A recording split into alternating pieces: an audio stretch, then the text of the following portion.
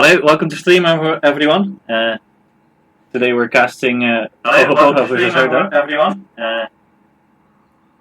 Yes. Ogopogo versus Hydra. Yes. Boggers. Can't wait to see what's going to happen with us. It's my old coach against my old team. It's your old coach against your old team. That sounds like a painful match for you to watch. Do you have a preference or a favorite to win? I should say.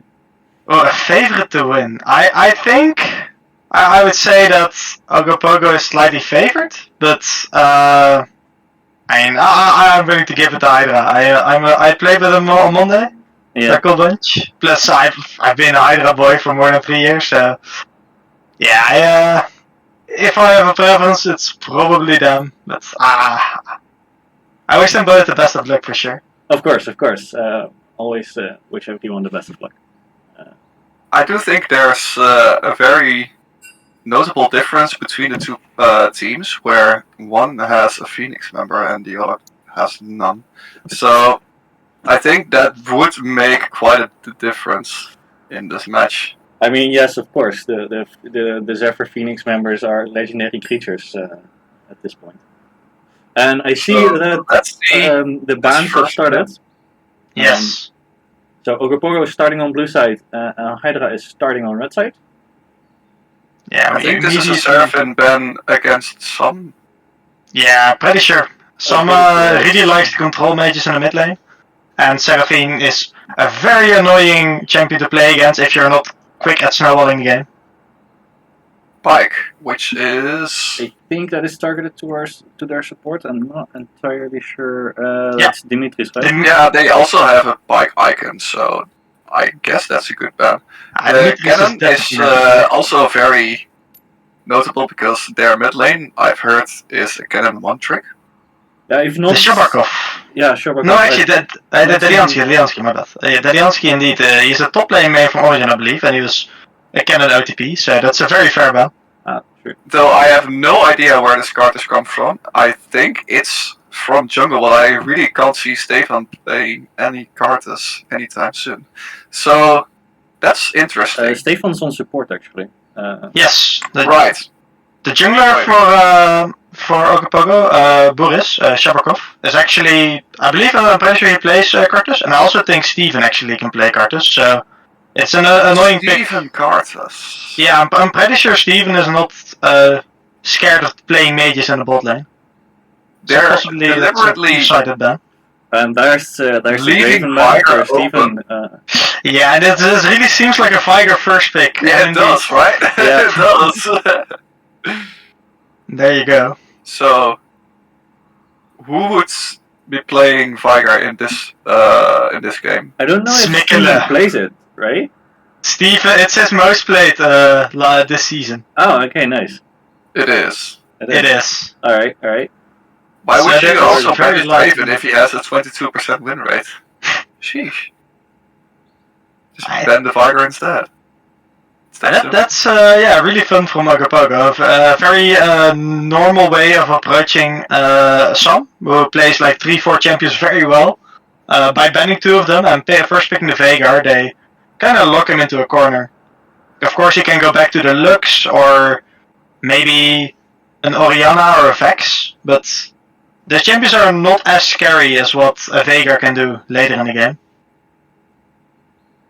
And then It seems that they have suspected the Veigar already going bot and countered it with Zephyr pick, as Zephyr can just walk through the super scary mage with the spell shield reverse. There's a Kane. I suppose that's a Kane top. Yeah, I've heard boys been spam picking Kane for the last couple of weeks. He was actually suspecting that it would be banned, but they left it open, so I guess first rotation Kane. Very interesting. Kane Yumi is super annoying to deal with later. Or shoot HMS. Oh god. Horn? Horn? Are we eating soup with the horn? With the Horn, I'm pretty sure you can eat some soup. Probably. But the Ornn is a very logical pick by Hydra. The Memphis, the top laner of Hydra, is like spamming Orin or ranked at the moment. So it's by far his most comfortable champion, and yeah, they wanted to pick it up before Ogopogo could ban it away in the second rotation. Makes sense. So I guess we already know the top lane matchup, Kane versus Ornn. How's that gonna play out? Well, I would say if it's indeed the Kane top lane, Kane can still go to jungle, of course. But if it's the Kane top, I would say it's Kane favored. If you go the red Kane variant, then you can just infinitely heal on Ornn. That 1v1 is not going to be a fun time, and you just scale better than Ornn does. Mm-hmm. But Ornn is not without his chances. Early he can fight off the Kane, and later he can, in team fights, if he finds a good engage, have more impact than the Kane can. Do you suppose that the Lux pick from Hydra is a flex pick between the support and mid lane? Because at this point, they are banning some out even more by banning Vladimir. I don't think so. I think it's possible, and it's fair for Ogopogo that they respect it, but I would say Zephyr Lux is not a lane that synergizes very well. Lux really wants to poke, while Zephyr, she can do it, but rather she just wants to push in the lane and scale. And also, I think that Sam just wants to play the Lux. With the initial bans, I think Sam is very happy that he is able to pick up the Lux, and I don't think they're gonna swap it to the bot lane. But they're keeping open the option by picking the Sejuani on 4. They still have not shown their support or mid laner. That's smart. From Ogopogo is the Hecarim over, and indeed it's locked in. Hecarim and Kane. Those are two champions that really benefit well from having a Yuumi on them. Yeah, so immediately looking at Ogopogo comp, we see that it's very dive heavy, very team play heavy. Yeah, but a weak early game though, so True. Yeah. You could say that could be exposed, but if you look on the other side, you have Zephyr, Ornn, Sejuani. Those are not really champions that are able to abuse the early game weaknesses of a Veigar and a Yuumi. It seems like it's going to be scaling a lot in that case. And I think the eyes are kind of on Hecarim to see how he helps his team scale harder in the early game.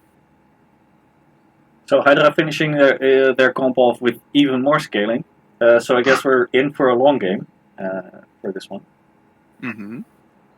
Yeah, you would say so. Although I see an option where one of the two teams just snowballs out of control, because when an early game comp gets ahead, you always have the feeling, oh, at least we can get back in the game later. But if one of these two teams, begins to snowball, there's no way back. Like, you're not winning against the Yuumi, Kane, Hecarim that are ahead, and you're not winning against Senna, Zephyr that are just 3-0. So the early levels are surprisingly important for these late game scaling teams. I do think though that Ogopogo has a lot of safety built in their team. Also, stream, I am very sorry for the ear rape. Apparently, my sounds weren't turned off. The teams were headed into their draft now, so they're just drafting the stuff we're seeing right now in the product. Right. I think the zoning control of Orianna's ult and Veigar Cage can do a lot of work when the enemy team gets ahead. So I don't think a snowball will inevitably go turn into a loss right away. Mm-hmm. But I can see that it's going to be a super hard game if Hecarim gets behind early. Yeah, I definitely see an issue. If the Hecarim and Kane are not very strong, then Senna, Zephyr, and Lux, they're not very touchable by a Veigar and Orianna. Like, of course, if you run into a Veigar, Veigar will blow you up. But Senna and Lux will never have to.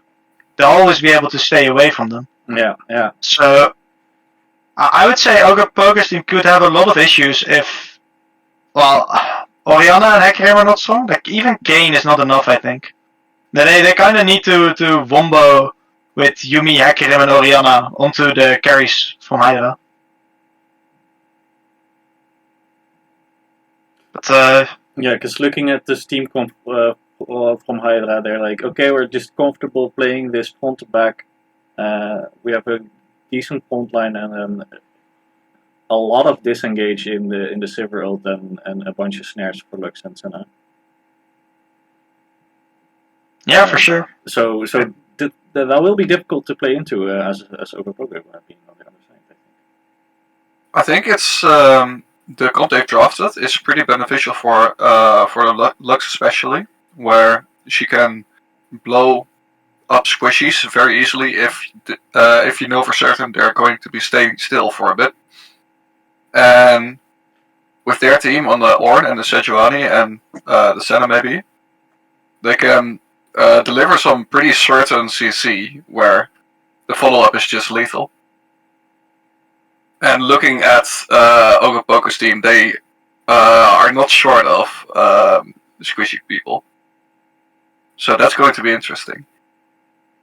Yeah, I can attest that Lux Sejuani indeed is a very nice combo that Hydra has drafted for themselves. With Atlas, the team that I'm coaching, we played those champs as well, but then in different roles with Sejuani top and Lux in the support role. But the idea is still the same. If Seju hits her ult, Lux can burst her. If Lux hits a Q, Seju can follow up with ult. It's a really nice combination of champs. Right. The first hit needs to be there. Yeah. I do think the Zephyr is kind of off team for Hydra. She is comparatively short range toward the other champions in the game. Like she can't safely hit anybody on the enemy team. Of course, like if Hecarim dives in, she can bounce her, ricochet, auto attacks through the whole team possibly, but that's maybe an optimistic scenario. Yeah, I would rather have seen maybe a Jhin or another ADC that has more lockdown to synergize with the Lux and the Sejuani. I think the Zephyr is was more picked towards a laning phase against the Hydra because of the spell shield and because of the extra safety that you get from such a scary game from Hecarim Viger Cage.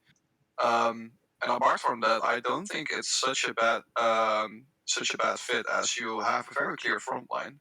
And with the Lux and the Senna, I can imagine that having a steady damage output is still nice to have. Yeah, I think you might be right, Jesse, that Zephyr may not necessarily have been drafted to round out a team comp, but to counter the Veigar lane. Our teams are now loading onto the Rift. We're just waiting for spectator delay. So we should get into the match here shortly.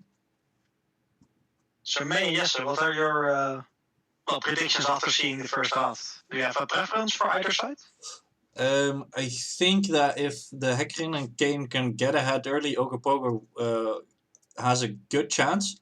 If they fail to do that, so like the Hecarim and Kayn can't engage, then Hydra will just disengage and punish them for that.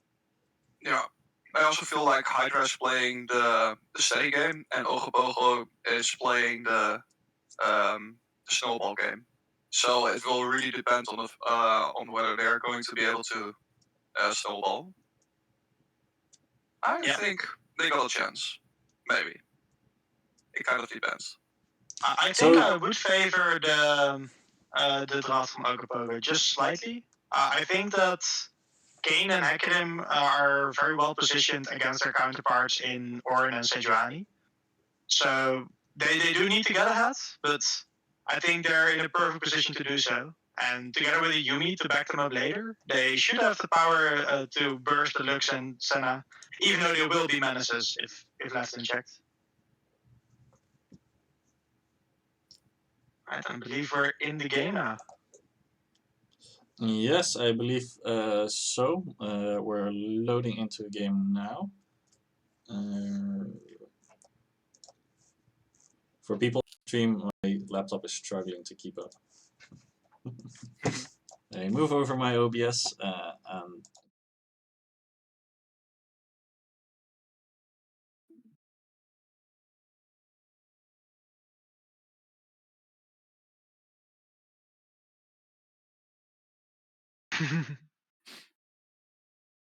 That's fine. Okay, we got the cleanse on a Vigar. I think that's because of the Lux and Seju combo. For sure. I think that's a good call. Vigar, not the quickest on the Rift, also not running the Predator, so he'll definitely have trouble with dodging the Sejuani ults. And of course, he's not an AD carry. He can't really spec into QSS. Or, well, you could, but it would feel very wasted. Yeah. So the cleanse, I think, is a good call. So Apart we're from seeing that, we see a classic. exhaust from Lux. I think that's against some Kayn or some Hecarim that's running at them at the speed of light. That is also, I guess, a good call. A little maybe too safe, and Orianna with the TP advantage could make something happen in a laning phase with some edge. Because normally Lux doesn't really want to have exhaust, as it's shorter range than the entirety of her kit. Yeah. So it's only really good for whenever someone's trying to get into your face. I think Lux will be fine, even though she doesn't have the DP. It's definitely a choice for later in the game, when she's able to fend, especially the Hecarim off. Because if you can survive the burst with the Senna and the Lux, I think you're set for the fights. Yeah. And of course, with TP being weaker in the early game now, only being able to TP on turrets until 14 minutes. Is it 14 or is it 13? I'm not sure anymore. It's after Blades Fall, right? So it's 14, I think. Then it's 14, yeah. So we're seeing both junglers starting bot side, actually, which means they'll finish their clear on top side. Do you think this is a volatile lane to gank that early? I think none of the lanes are really super gankable. Kayn and Ornn should be very safe. Kayn can hide in the wall. Ornn can just dash away. Mid lane has both long ranges, good wave clear. They have no reason to walk up. And on bot lane, maybe a Vigar stun could set up a gank, but then I think you would simply lack the damage to kill people. Yeah, I do think that the most viable gank from all of the team combined is the bot lane for Hecarim, as Zephyr is pushing in all the time and Vigar has a cage, but then again, those two champions are also pretty safe if they're not wasting their abilities. True, I think that the only opportunity for Hecarim to gank there is if Zephyr doesn't have a spell shield. Which is very hard to force down with the champions they have. We see also that Sejuani skipped her Crux, so she was able to pick up the Scuttle Crab, walking through mid to also get the other one. Getting a slight edge on the Hecarim. I think you guys are slightly ahead of stream right now. I can... Hecarim is actually trying to get that. Can put it back a bit. I'm at 3:30 right now. Alright, yeah, let's go back to that point. I'm at 3:42, 43, 44. Is that better? You should go back 10 more seconds. 10 more seconds. 10 more seconds. Okay. For the guys in chat, we're all in spectator mode, but since my PC is struggling more due to the OBS, I loaded in slightly behind the other two. Alright, I'm at 4-1, 4-2, 4-3. I'm at 4-1 now. Okay. We're almost there. We're almost there. Alright, 8, 9, 10. Anyway, so I was not paying attention, but you clearly were. Our Sejuani definitely got both Scuttle Crabs. And we're seeing now the Hecarim is in Sejuani's jungle, taking the Crux that she skipped. In terms of goal, is that favorite for the Hecarim or for the? Actually, there's a top gank. There's a top gank. Never mind. We'll have to pause that. That's the thing.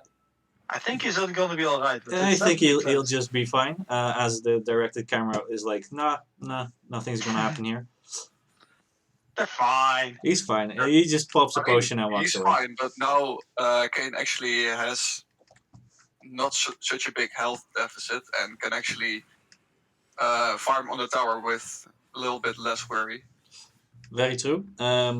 We also see that Kane started with his tier against the corruption pot of our Ornn. Yeah, So- clearly not afraid of the laning phase. And just Clearly saying that he not, wants to skill as fast as possible. Yeah.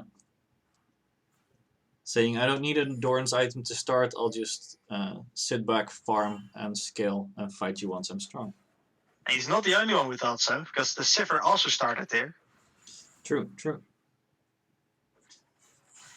Which indicates it's actually possibly a lethality Zephyr, which I like. The dark. Actually, we should have known that through the Dark Harvest that she's using. Yes. But this definitely means she's going for a mana immune into lethality build, which fits a lot better with the poke that Senna and Lux are looking to provide. So I like that. I think that's a good choice. So we're looking at a team that wants to poke on one side, and a team that wants to engage on the other side. Yes, very different approaches to the game. Normally, you would say that's favored for the engaged side if they're not low enough from the initial poke. True, if the poke team can keep them off of them for long enough, then the health bars will whittle. As Kane just misses the Sejuani who's in his jungle. I'm not sure whether he would be able to see that. I'm fairly sure she isn't on a ward, so... No, but he just walks faster, right? Yeah, but I'm not sure if that he was in vision range. We can check after this gank. But... I just want to highlight that the bot lane of Hydra left the wave in quite an awkward spot, with Ogopogo allowing or able to set up a freeze just in front of the turret, getting off a very beneficial base here, which will hurt the Zephyr quite a bit. Yes. It was Didn't actually question mark call pinged by Hydra, so I suppose that's something that they also noticed. It was definitely not a regular missing ping in that case. Actually going for a very aggressive invade here, without any backup from his mid or bot lane. Neither of them have priority. Has to ulti He got the out buff. of the to He did escape get with the his blue life. buff, but is it worth it if you need to ult away and need to give up a dragon? I mean, well, it doesn't yeah. feel like it, right? Because they lose the dragon. They lose a lot of pressure around their other lanes as well. Fortunately, only a Cloud Drake. Let's see if they're actually getting zones out from getting their minions. Oh, yeah. I suppose that's nicely done. Missed a few minions and they forced the wave to crash on bot tower. Yeah, that's definitely good. Instead of having a very neat, well-prepared wave ready to go. And so far, we're 8 minutes into the game. No kills yet, but there's a dragon and a CS lead in the mid lane. That's the difference between these teams right now. Because he's some very comfortable on the Lux. Definitely not scared of the few bans that were thrown his way. Yeah, we see only a 500 gold lead for Hydra at this point. But indeed, we see a big CS lead in the mid lane and both in the top lane actually as well. The Kane roughly 20 CS behind. Yeah, you're right. Of course, Kane really just waiting to unlock his red farm here. He's trying to constantly trade with the Ornn. Maybe give up a few minions here and there just to accelerate his time to his transformation. Sadly, we can't see how far along he is on stream. So I can imagine that he has been fighting Ornn for quite a while on mid lane range, so I think I He think should he be should ready. get his red form roughly in a couple of minutes. Yeah, I Usually, a couple of minutes. I think in about like 2 minutes max. usually your shouldn't take form, that if you're long. fighting your laner decently enough, you should have your form around 11 minutes. Well, he's recalling right now, so let's see. We'll follow that. Fight in the bot lane. Flash forced out from the Senna. That's very nice. Only the ult invested by the Yuumi.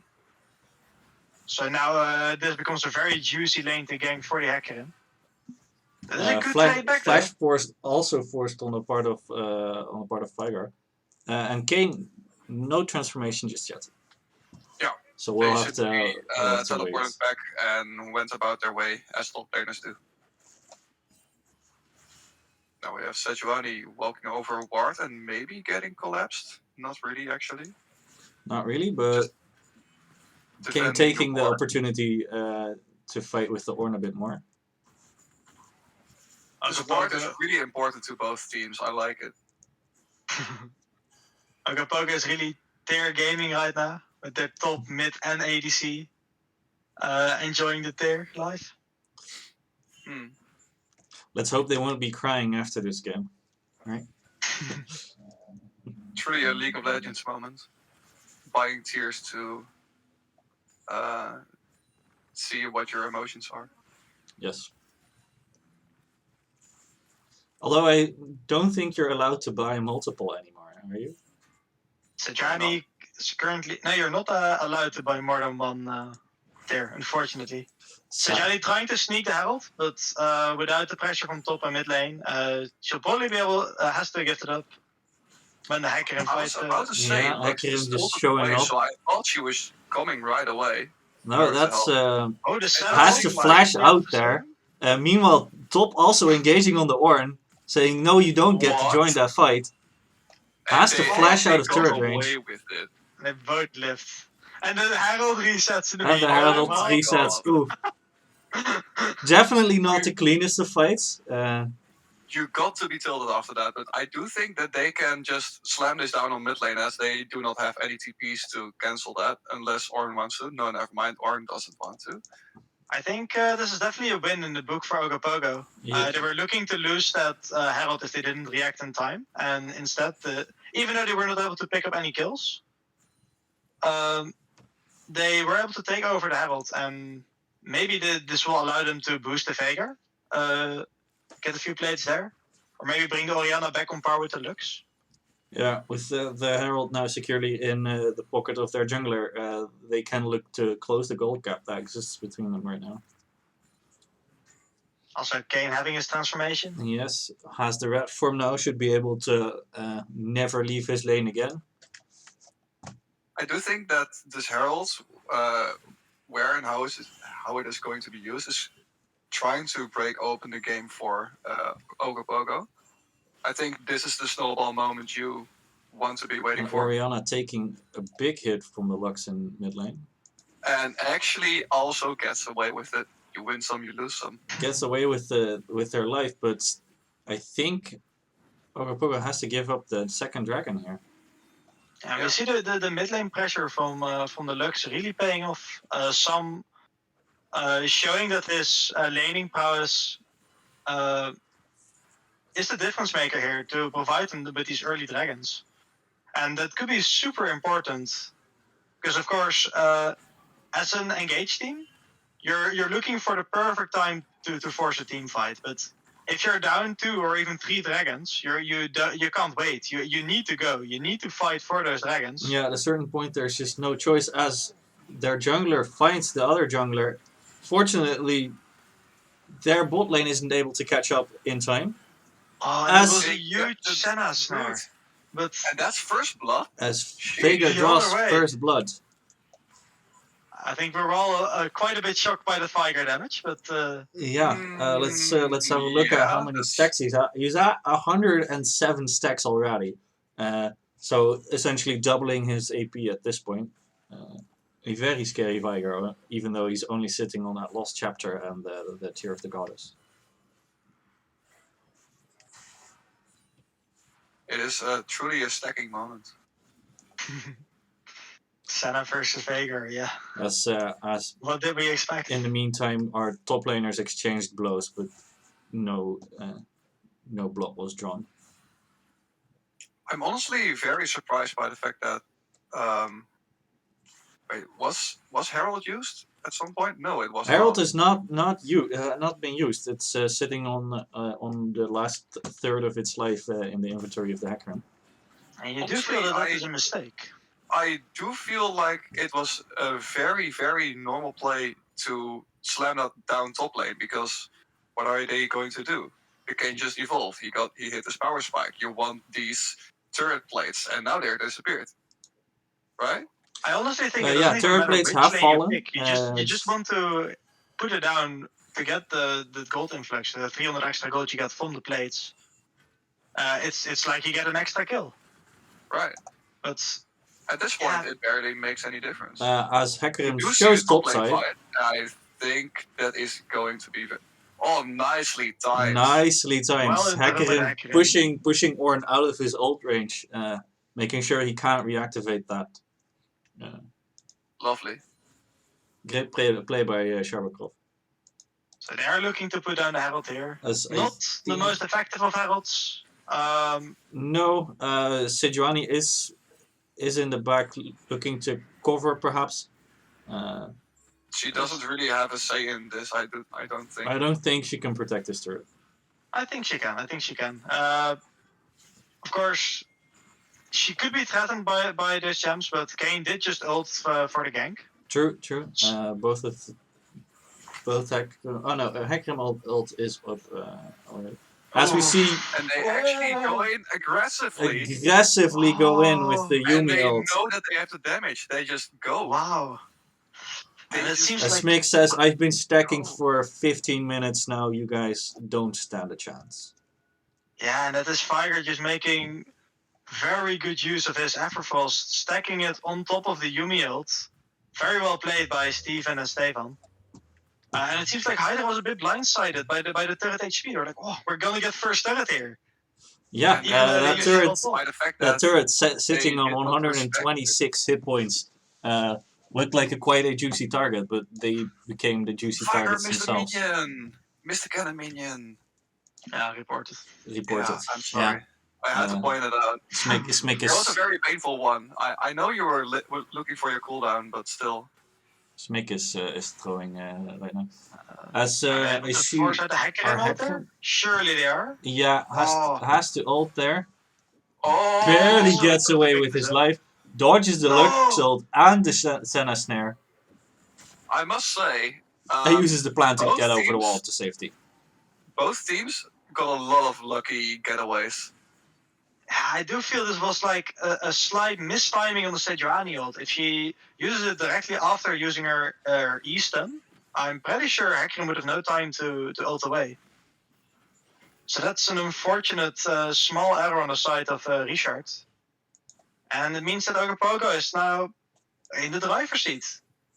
Yeah, they have managed to close the gold gap. Actually, have managed to acquire a small lead in their favor, although this turret falling now, of course. It was a matter of time. It was a matter of time. Hydra now picking up the first turret gold anyways. And they're looking for another Drake. At this point, Ogopogo must be looking to answer this Drake. The Hecarim has no ult though. Like the Hecarim has no ult, runs in. Whoa, the damage! He does manage to pick up the Lux, but there's literally everyone here. Yes, manages to stall. Everyone.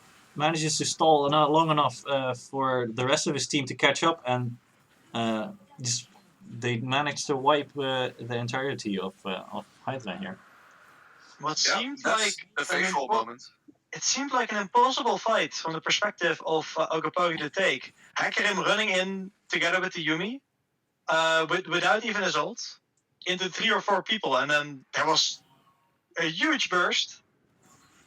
Lux disappears, and they're able to clean up the fight. Yeah, I think this is in the end and got their damage off. And if you just look at all the people who can do big AoE damage, I can imagine they just got blown up. Yeah, this was just Sharbakrov saying, "Okay, I can go in. I'm sure my team will be able to catch up," and they do, and they wipe. We went from a very even game to now almost 3k gold lead, and more than a 3k gold lead actually, and a 9-0 kill lead as well. And the one thing Hydra had going for them, those dragons, it really hurts that you missed the third one, because now your win condition, getting that mountain soul, is not very nearby as well. No, that's what I was trying to say. I think Ogopogo does can't say no to the third Drake, right? You don't want to let your let your enemy get to soul point. At this point, I completely understand that they want to force plays like these. You cannot take any big fights anymore. You cannot wait for the Zephyr and Senna scaling. You just want to force picks. You want to force mistakes from the enemy team, catch them out, because otherwise, how are you going to stop both their snowball and the scalers on their team? And I think the answer is they don't, Jesse. As we see, Manamune now completed most champions having their mythic completed, except for the Zephyr, of course, delaying that mythic for the Manamune. I also look like this mid turret is going to take quite some damage. They're not forcing it though. They still respect the big potential of the enemy team. Just want to highlight that Shamarkov, Boris just also bought the stair, making the fourth of Ogopogo. Just waiting to see if Stefan follows suit. It would be very interesting. It would be very interesting to see another tier on the side of Ogopogo.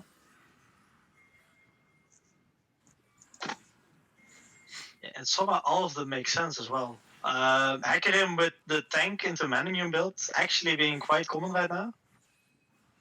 And of course all the others checks it out. Just Kane needing a tier to be able to sustain in his lane. Very many mana hungry champion. Also the reason that he generally is not able to be played in lane. But yeah, Boy making it work and Ogopogo making it work this game. What I'm kind of astounded about, just together with a prediction we had before the game, at some point we said, okay, if he gets red gain and if he's not that much behind, he can just infinitely heal off the Orin and win fights. However, I've not seen this yet. He can't be permanently afraid of the jungler. Jungler is showing more than enough times. So apparently, he's still just not strong enough to face roll into the Orin and get away with a kill and put pressure on. So that's something that actually surprises me. Of course, Orin being a champion that can very well hold his own, together with that Bramble Fest as well, reducing that infinite healing quite a bit. Yeah, our Orin sitting at a comfortable 190 armor at this point. Indeed, Orin very well holding his own. Even though his team is quite far behind, he's staying even with the Kane right now. The dragon is going to be spawning as well soon. By the way, how do you show dragon timers and such? There's this interface visibility button on the bottom left, and there you can turn on the objective timers and the scoreboard. I do have to say, of course, Hydra wants to fight for this dragon, but thank you. I don't think they're going to be able to do it, because for a poke team to contest an objective such as this, they need a very drawn out fight. You want to control the space, prevent the engaged team from running in, and they were not quite in position yet. They allowed enough room for the engaged team to enter, and now they just need to be scared for the inevitable engage that's going to come off the Yumi and Hecarim combo. Although Hecarim forced to use his ultimate defensively, and that is most of your frontline gone. As it seems. Very good pick. I couldn't quite see if it was the Luxor Light Binding or Sejuani's Glacial Prism, but one of the two probably picking out the Hecarim there, bursting him, forcing his ult out, and preventing the engage. Well, as we can see, Smikle and Swing of the Mongoose still looking for blood. And that's the Viger ult. That's the Viger. Oh my god, and he lives. I can't help but wonder why the Yumi is not providing heals to the Kane, as he really wants to go in but does not have the HP to do so. However, Kane did make it work and had a sliver of HP left. Yeah, this game making it work. Still looking for blood, trying to heal now of the enemy's jungle monsters. And Ogopogo just answering with this dragon. Yeah, very well done. And yeah, this makes the game very difficult for Hydra. Missing out on the last 2 dragons. This was a valiant effort. I would say they found a way to break through the engage of Ogopogo quite well. But the Veigar just too strong in the game. Veigar, The AP provided by his stacks, his Rabadons, and the Yumi that's on him is just too much power. oh yes, of course, because the Yumi is also providing more AP. The Veigar now sitting almost at 800 AP half an hour into this match. On 2 items completed.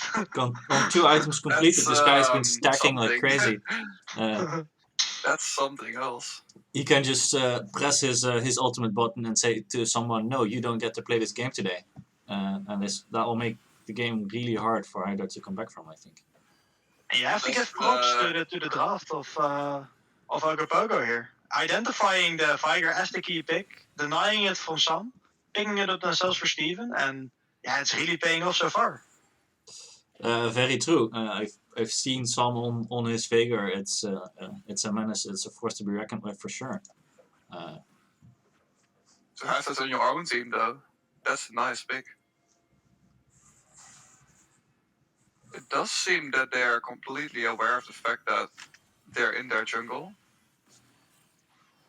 Yes, Ogopogo Hydra is just not clearing able to out punish it. all the vision in their bot side jungle.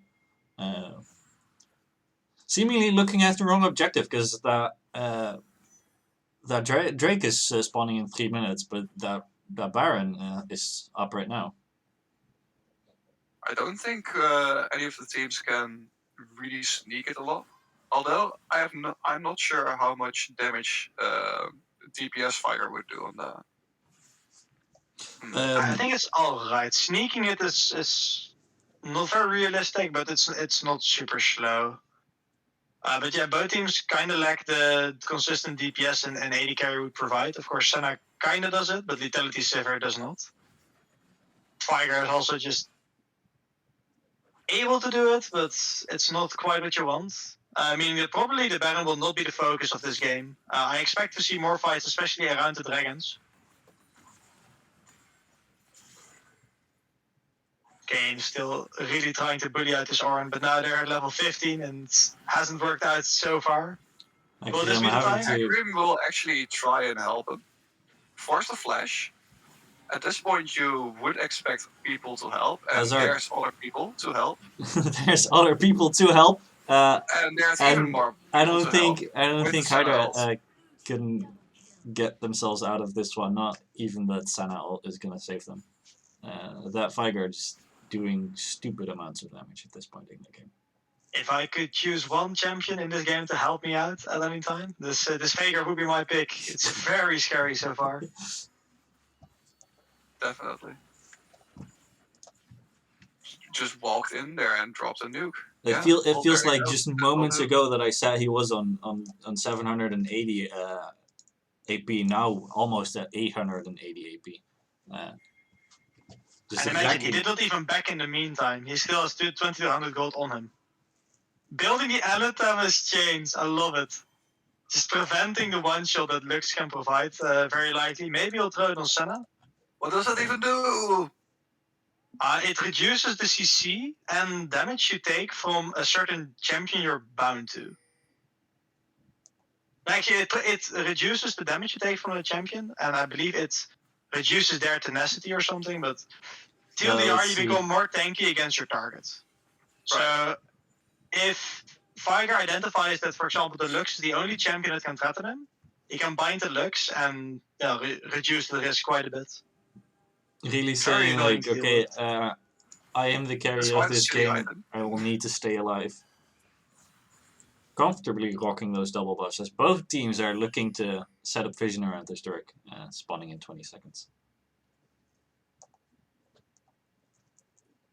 What I find astounding is that Lux has ulted more than enough waves in order to still defend this tier 1 tower in mid lane. Pretty funny. Yeah, that tier 1 still being up really prevents Ogopogo to take over the enemy jungle. As we saw, Hydra can just comfortably roam around in theirs while being 4K gold behind. I think Boy heard me and just took down the tower for the sake of it. It could be. Don't forget that we are 5 minutes behind, so like. Yeah, let's just pretend that it works. Oh yeah. You have a telekinetic bond with him, right? Yeah, time travel based, of course. Yes, of course. Yeah. Ogopogo using the pressure the dragon provides very well. Hydra being forced to fight this, which gave Boy the time to secure the mid Oh, that's a neat smite. Oh my god, where did the Zephyr go? Did everyone see that? Yeah, that was pretty. I have no idea where the hit point bar just went, but this hacker is really pumping out some damage aside from that Vega and still looking for more. Vega just rubbing it in, ending the fight with his ult. And yeah, you have to say that at this point Hydra needs to start reconsidering their draft for game 2. I suppose they're switching sides after this? Possibly. The loser will have side selection, so Hydra will have a say on whether they play blue or red side, I believe. At least they'll have first dibs on the Vega then, forcing Ogopogo to either ban it or give it to Sam. Which I don't think they will do, seeing how much they valued this pick, letting it go through to first pick it themselves. Because I don't think Delansky plays it, so as a flex pick, it doesn't work for Ogopogo. Robin, what are your thoughts of the Baron that is kind of hiding in the darkness, not being lit up at all? I think both teams are a bit slow on recognizing that the dragon has in fact already been down for 2 minutes, and their vision is still being set up on the wrong side of the rift. But that's okay. The teams are just scared of face checking and really want to go bot. You see the Zephyr and Senna going bot anyway. What is a ban even? See this 1v1 happen on top lane? Oh my god. I think you will be disappointed. I'm sorry. I am not going to be disappointed, I think. Oh, wait, I think this will actually finally be the point where Boy just says, no, Oren, it is time. It is time. I am strong enough. Actually done it. Very well identified. Riot agreeing that this game is soon to be over. Finally activating his objective bounties. Everybody loves. What is an objective bounty? Oh, when Riot loves one team very much, and there are a lot of gold behind, they'll give them the opportunity to recoup the gold a bit by putting yellow borders around the turrets, barons, and dragons. And if the losing team is able to pick those up, as we unfortunately couldn't see. They are not able to do it. They actually sadly let her through, and it didn't make a difference in the end, but that was very scary. That's very close. Boy just saying, okay, you can head into the pit, my jungler will outsmite you anyways. Which is fair, honestly, with your jungler being 2 or 3 levels below the enemy jungler. Levels are actually not that important anymore because Smite does not scale from your level. It's flat 900 damage now. But it does scale off of skills, so whenever you think the enemy has a skill issue, you're just safe. I think that's what they were going for. Actually, they've almost find some picks in the mid lane. There was no follow-up, unfortunately. And almost is not what Hydra needs right now. They really need something going for them. Maybe pick off this Vigar somehow. Who also built his stone plate, firstly becoming unkillable with the Yumi on him. Right. How are you ever collecting the 700 gold bounty? You have to wonder. Nice engage by the Hecarim. Yeah, this Hecarim is clean engage, yes. getting the them. Yumi ult coming out as well. And yeah, I have to say that the game will end right here, right now. I'm fairly sure it will. Let's take one more look at this Viger AP. Almost sitting at 1300 AP despite building 2 tank items. Oh my god. That's very nice. Has been stacking this game like a maniac. I wonder how much of that AP is actually coming from the Yumi. I think it's quite a bit, like a few hundred. The Yumi just left and he's now at 1122. Well, there you go. So thanks, Stefan, for leaving Steven. So thanks for leaving Steven alone for a second. Hydra does manage to push them off of their Nexus for now, but not going to finish this, I suppose. I think Ogopogo is saying we can fight you around your Nexus, but we can also fight you around this dragon, which will secure our victory even further. And I suppose that's a little bit more safe, indeed.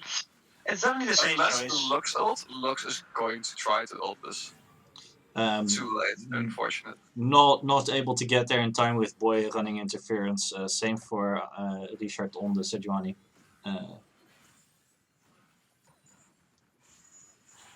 At this point, what would be the game plan for either teams?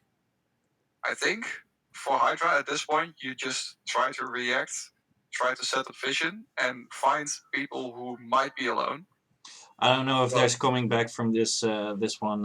Yes, they're 12k gold behind. Although I'm saying that and remembering this this majestic game from last week where one of the Premier League teams came back from a 10k gold deficit.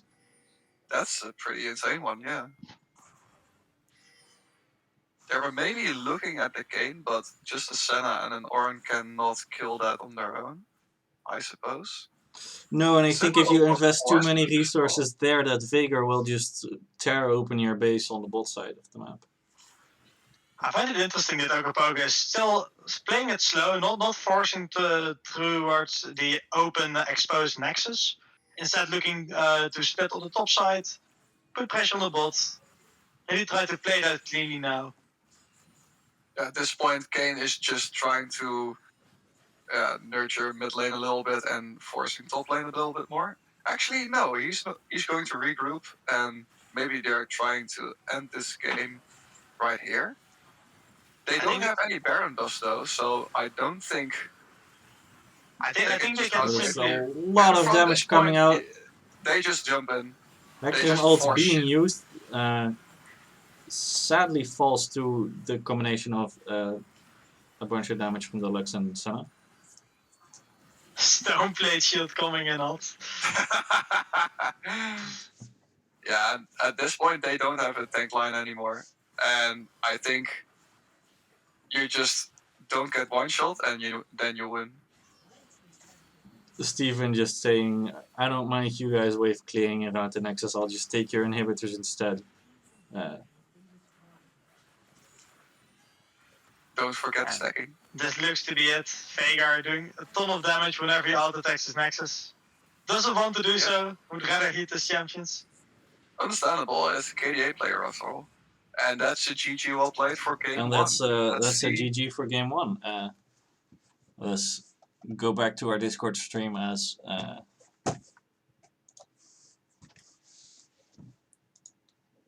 we're waiting for stats on this one. Reading in the chat that my mic is quite bad. Is that the same? Is that what you heard too, Yes and May? It's no. The shit that was in chat earlier was probably due to me having your settings fucked up. I had the volume up on max and it just it was horrifying. I think it should be better now. I see. Yes, and Robin sound like robots. Interesting, because they don't sound like that for me, and we should just be streaming their direct audio. That's a very interesting one. I don't think that's supposed to happen. I don't think that's supposed to happen. Meet Morp. Let's see if we can switch that up for game 2. Let's look at this damage dealt, and actually, not surprisingly, Viger has the most damage dealt. However, Lux isn't extremely far behind. And of course, the Kane that has been hitting the Ornn for God knows how long also has quite a sizable amount. Yeah, not much more to be said about this damage graph. To be expected. Yeah, people blew up. There's And a slight echo. That's probably my webcam mic picking up the audio from Discord account. There's not much I can do about that right now. If I connect my Bluetooth headset, my laptop will freak out. I can't think there might be 2 inputs from us in your OBS, if possible. Maybe we could you could see if one of them could be removed. Yeah, one of them is my mic, as I just said. Okay, yeah, that's unfortunate. Should get another headset, but the one I have right now freaks out my laptop for some reason. It's like no. Well, if I connect it, the stream will drop to like 2 frames per second for some reason. Well, at least you get better audio quality. Get one or the other. True. Trading visual quality in for audio quality. I'm not sure which one of those would be better, as we're waiting for the new lobby to be created. So I think in the last game we saw that both teams were feeling a little jitterish in the early game, not wanting to go all in. Of course, they had quite low power champions for the early game, so not a lot of kill pressure on any lane specifically. But yeah, the early fights just were very close and fell the way of Ogopogo, and they were able to extend that lead very harshly. I would say starting the third dragon, which went in the way of Ogopogo, and there was no way back from Hydra after that. Yeah, I feel like the early game everyone was so safe. I think the most key moment was where Viger just said, okay, I've been stacking for 15 minutes now. I will flash forward and double kill you because, look, I have damage now. I think that was the moment where Hydra was on a very, very bad line. Yeah, that Zephyr and Senna after that just having no impact whatsoever left. With the lethality Zephyr, I think you just say, okay, we're strong in the early game, I can poke you, but I'm not really an AD carry, and neither is Senna, realistically. Right. So what yeah, I suppose the snowball worked. Phoenix Div. Let's see if that will persist in the second game. So realistically, what would be the game plan for Hydra looking back at this game? Looking back at this game, I think they were just not prepared to deal with the scaling of Fager Yuumi. Where initially we thought it would be Yuumi sitting on Kane or Hecarim and wreaking havoc in the backline. It was much more often simply Fager's damage being too high to deal with for the front line of Hydra. And they were melted. Anytime they were called out, they just disappeared. I do think that the Yuumi would have just sat on the Hecarim or the Kane if they happen to get fed instead. Because it's just a damage amplifier of the most fed person in that team. So I think for a game plan, you would just try to shut either of those 3 champions down from snowballing really hard, as a Yuumi will only amplify that more. So yeah, the steady game plan was the thing they were going for, and unfortunately, I do think just a few Viger plays that were a lot more aggressive than they would expect just opened the door for Ogopogo to win. Very simply. Yep. So I do expect we'll get a very different game in game 2, because I don't think we'll see a Veigar on either side. I think it'll be banned out by Ogopogo. Assuming that Hydra chooses to go blue side, which I think they definitely should. I think they definitely did, seeing as the lobby I'm invited to is named Hydra versus Ogopogo. So I'll have to do some editing to my overlay in a bit. Let me Just mirror it, lol. invite you as well. Yeah, I'll just mirror it. Yeah, that will work. Yeah, definitely. Yeah, all the text will be reversed, but whatever. Yeah, that's definitely how read. this works.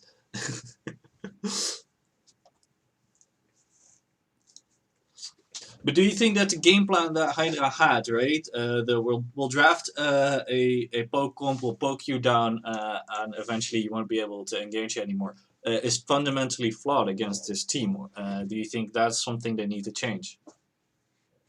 Not necessarily. I think it worked out for quite a bit. It was just that they were unable to deal with the Veigar Yumi getting ahead so much. Realistically, I expected a Hecarim to be the one that got fed, and well, he did get very strong, but it was on the back of the Veigar just winning them the team fights. I think if you remove the Veigar factor, you can go for the same game plan and just try again if you would want to. As the Pro Draft link has been sent again, so if one of the two of you could open that up for me. Flashlights. Oh, okay. Flashlight. Yes, let's go. Imagine having light in your room. Oh yeah, I have light in my room whenever I see a white screen. See? Wow. So realistically, I don't. I don't have a light up there. The only light is right over there, which I can like turn down to be really yellow or really white. I mean, I can make this look like a whorehouse, but then you won't be able to see me at all. So like, maybe let's not do that. As I'll just open your stream back up, Robin, so the layout makes sense now. As we predicted, Hydra picked blue side with Ogopogo on red side. Let's see if they can fix their mistakes in this draft. I would also like to pinpoint a juicy tidbit I just heard from Sam. They're switching up their ADC for this game. Switching up their ADC? Are they using their substitute or? I think so. Yes. Let me just check who their substitute is. So last game they were using Sukachu as their ADC, who was playing the Zephyr. Yes. And this game they'll in fact switch it up to Frostfox. All right. Who is quite a bit of higher rank, so not rank shaming here, but you would say that this is probably an improvement on paper for Hydra. And maybe they'll be able to keep up a little bit better with the bot lane that dominated the last game from Ogopogo. Let's hope that is the case, because if they want to stand any chance in this best of 3, they need to win the next 2 games. And winning through bot lane is definitely one of the options on the table for Hydra. As we saw indeed in our last game, that Veigar got ahead, who got the rest of his team ahead, and everything just snowballed from there. So shutting down Steven, who is probably the highest ranked player on the side of Ogopogo, might not be a bad idea. Yeah, you would still expect Steven to have the upper hand in that lane, but Kai, I believe, is the name of Frostfox. Should be able to offer more resistance, and if they again choose to go for a scaling pick, such as the Veigar, then maybe they can punish that pick with something with more power than the Zephyr, perhaps. I do not think the Zephyr had a very big impact in the last game at all. In the laning phase, sure, they didn't get killed that much until they tried to greed for the turret, but they were never able to really get into the game. The game snowballed too quickly out of control, and it was in a game where there were no kills in the first 10 minutes. So then you have to question if your pick is just flawed. Right. Very true, very true. Would you think that in this big ban, Zephyr Hydra would change some of their bans to champions that were seen this game? I could think of course, Veigar, you would pick it yourself if you could get that, so you don't have to ban that. But something like a Yumi or a Hecarim, I can imagine that you don't want to see that in a game too. I just opened up the previous draft for reference, and yeah, if you look at it, of course, the Vagrant should not be seen on the Rift this game, but that's on Ogopogo to take away. True, because that's just a contested pick on their side, or on both sides, of course. But I don't think they will drop the cannon ban. So I think we'll see a cannon ban from Hydra as well. I think we will still see a cannon and a Draven ban, and the only real spot you have to leave open then is the Cartus. And for example, if you leave open Cartus and then ban the Hacker, then the jungler can just pick Cartus, you don't really achieve a lot. So I think we might just see the same bans by Hydra, actually.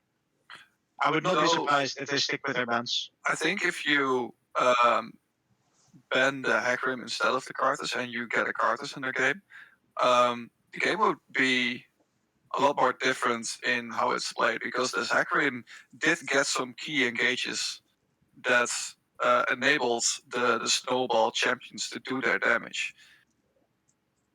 I'm not sure how big of a champion pool this jungler has to pull that off with other champions if Hackrim is banned. So maybe that would be actually making a difference. True, if you put your jungler on say Cartus, you lack the engage that you have from the Hackrim. So it'll have to come from another place. So you have to look at maybe top lane or maybe mid lane to get that engage from. So I think the wombo combo that was now often being pulled with the Oriana ball on the Hackrim is not an option. So like either removing one of those two from the playing field for Hydra could already destabilize this entire team comp, I think. Yeah, and I do agree with your identification of the Hackrim as a key pick for Ogopogo in the last game. It's also a very flexible pick. It does not rely on having a Yumi in your team. It does not rely on having a Veigar in your team. So even if the Veigar gets taken away, I could very well see Ogopogo just return to form by picking the Hackrim early. So yeah, I'm wondering if Hydra will be able to deal better with the engage that Ogopogo will throw at them this game. So I'm ready for the draft. I hope the teams are too. Ready for the I draft? see Yes. already in the lobby chat from Hydra. So when both teams have found the ready button, then we'll go. And it's looking like I was correct in them not wanting to drop the cannon. There you go. Just really saying, okay, you're a one trick on that cannon, we're not letting you play comfort. Ogopogo also keeping to their bans for now. No surprises so far. No surprises so far that Seraphine in Sam's hands is a menace. I'm guessing Hydra is not watching the stream because they do really not want to play into that Cartus. I mean, even if they do watch the stream, you can't fault them for it. Cartus is a very annoying champion, and if they identify it as possibly Boris's best jungler, then would you really want to risk it? True.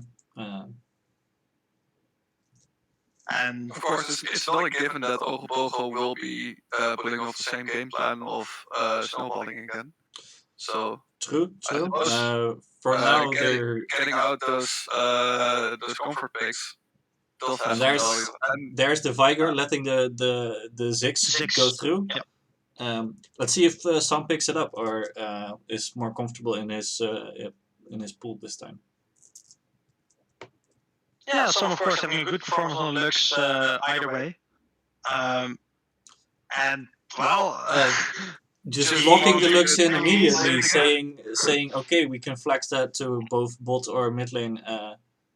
You don't know where this goes. And we'll see a proper AD carry. Yumi again, Jinx for Ogopogo. Actually, they're taking that away from Frostfox, aren't they? If I checked the OPGG. I would really like for Hydra to pick up the Hackrim here, because if they don't, then you have Hackrim Yumi again against you.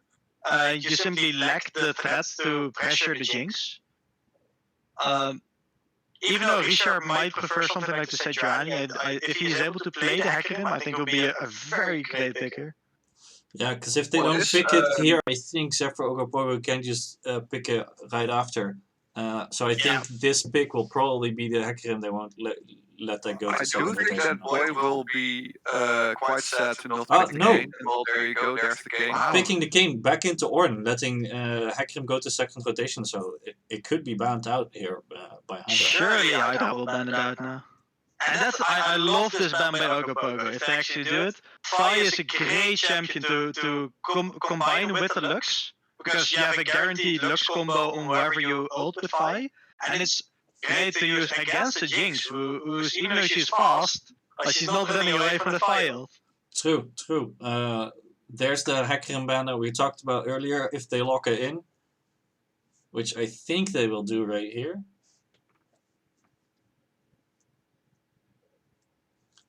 Now, so the gamble on the Ezreal paying off for Hydra, letting Richard still stay on comfort picks probably. What do you reckon Ogopogo should be banning right now? They have support and jungle open, or possibly mid lane if that Lux goes there. So maybe they're going to try to ban a jungler that would go badly into a jungler they're about to pick. I don't think you'd look for jungle matchup. I think you look for a jungler that pressures your Jinx, because Jinx Yumi is a very clear win condition. So I would say banning Sejuani would still have been very good. Sejuani Lux, of course, comboing again. The Rammus, though, are coming out.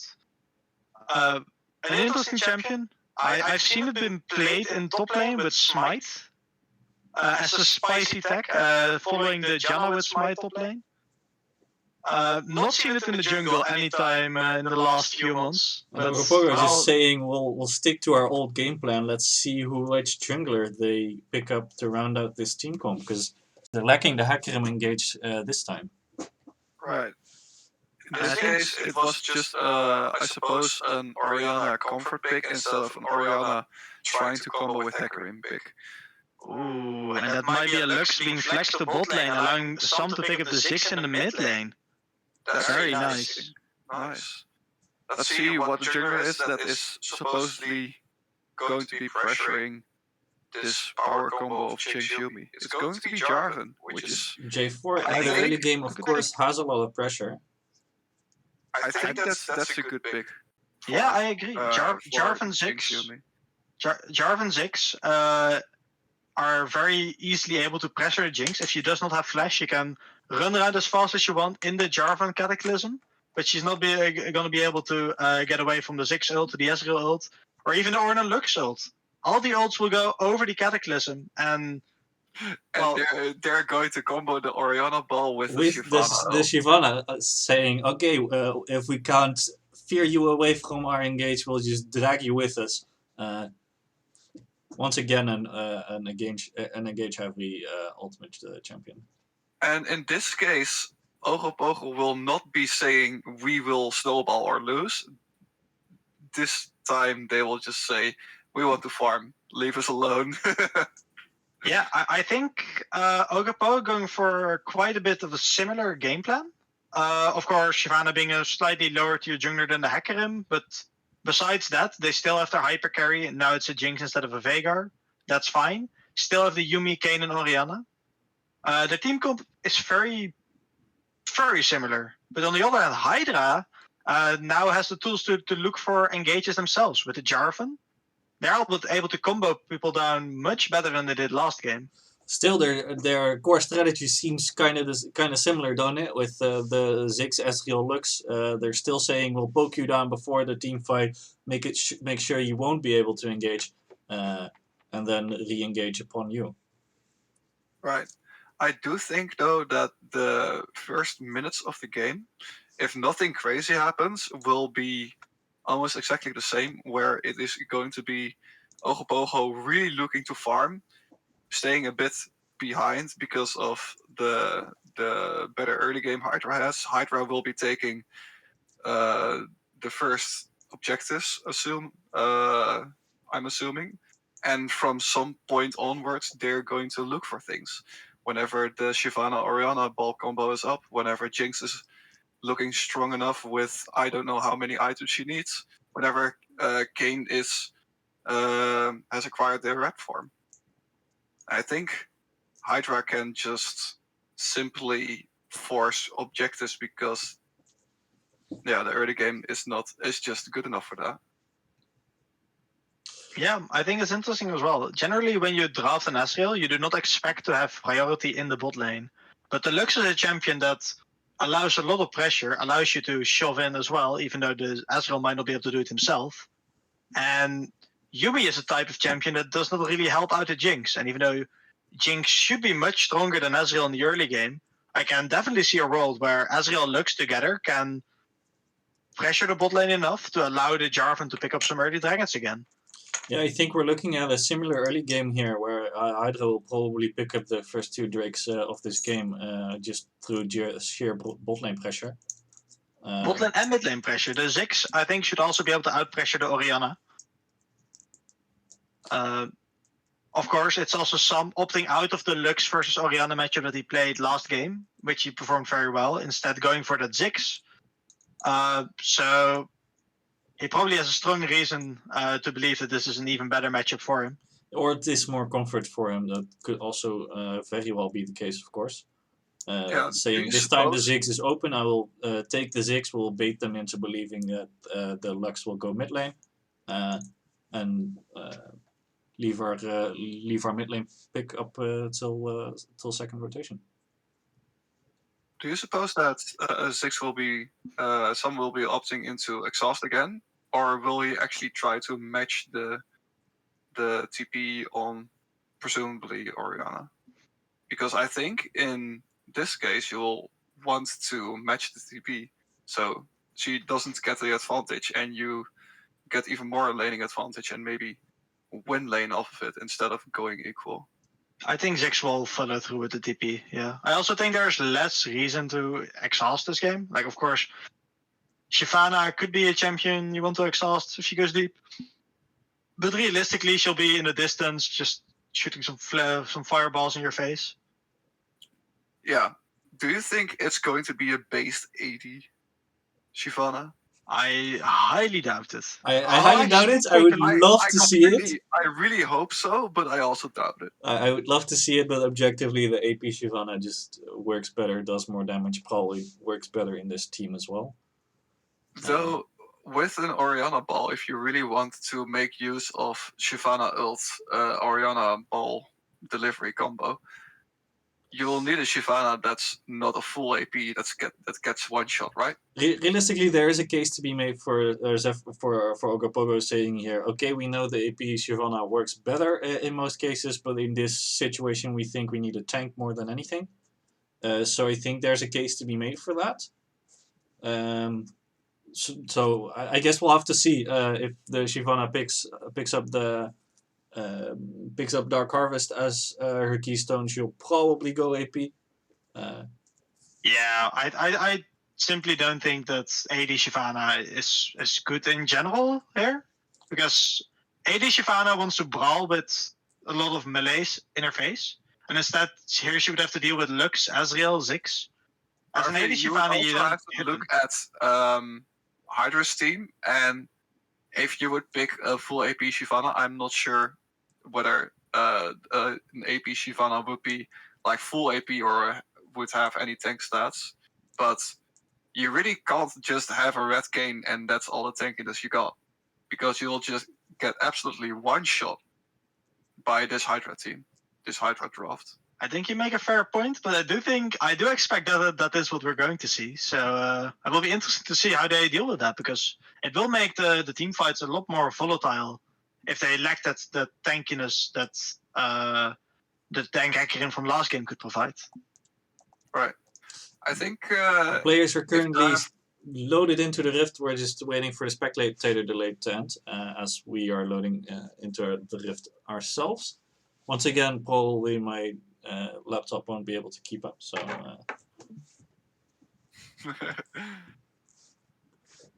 really trying to manage the little amount of things your laptop can do. Nice. I mean, it kind of sucks, right? Because I would love to stream this on my desktop, but my desktop does not like Discord at all. So I would like to make the prediction right now that I think that Hydra is going to win this game. I think they upgraded their team from last game, while I think that Ogopogo through the bans downgraded their team. And I think last game was quite close, up until it wasn't anymore. Until the third Until they game, discovered that Hydra was strong. yes, exactly. There was just the switch in the game where Hydra was too far behind and they could never contest anything anymore. I think if Hydra can actually edge out on some earlier fights now with this new team comp, then they should be in a good position to take the win in the game 2 of the series. Yeah, I do think we're going to see an AB Shyvana with the Dark Harvest. Robin, could you tell me how much tank stats does AB Shyvana actually build? Because as far as I know, it's just full AP with some attack speed, right? A bit of HP, I believe, on Night Harvester, but I would say she's more squishy than your general control mage in the mid lane. Right. Yes. She's So- really squishy. I think purely from the draft, Ogopogo has quite slim chances of not getting one shot by the enemy team by mid game. Like, over and over. But we'll have to see, of course. That's just on paper. I mean, you need to hit your skill shots, and if there's a Jinx running quickly at you, with the Yumi buffing her movement speed even more, it might be very difficult to combo those skill shots. And of course, Jarvan can secure them, but that's if they don't have flash, and that they can only go on the Jinx, and then maybe the Shyvana can free it. Yeah, I think Ogopogo has enough tools to counter this Hydra comp. They will need to be on guard though to make full use of them. Yep. So let's see if they will be able to do that with Zephyr Ogopogo now playing on red side while Hydra plays on blue side. Both junglers once again starting bot lane. I do think that's yeah, it was a smart choice for Ziggs to go TP with being able to manage the lane, the mid lane better and putting on even more pressure. So hoping to get a very large advantage from there. Maybe even kill, but presumably just a lot of turret damage.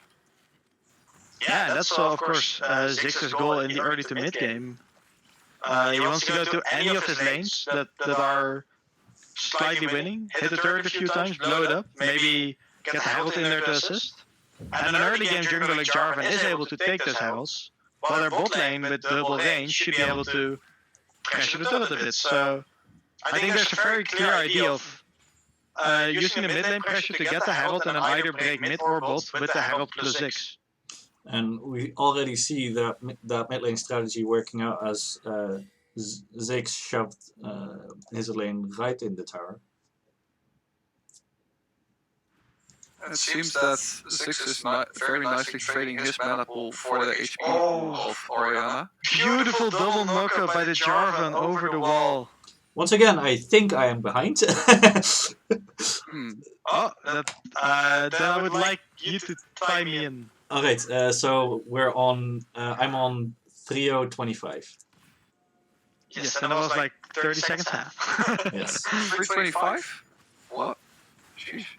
Can you just keep counting for a little bit? Oh yeah, 338, 39, 40, 41, 42. Yep, got it. Alright.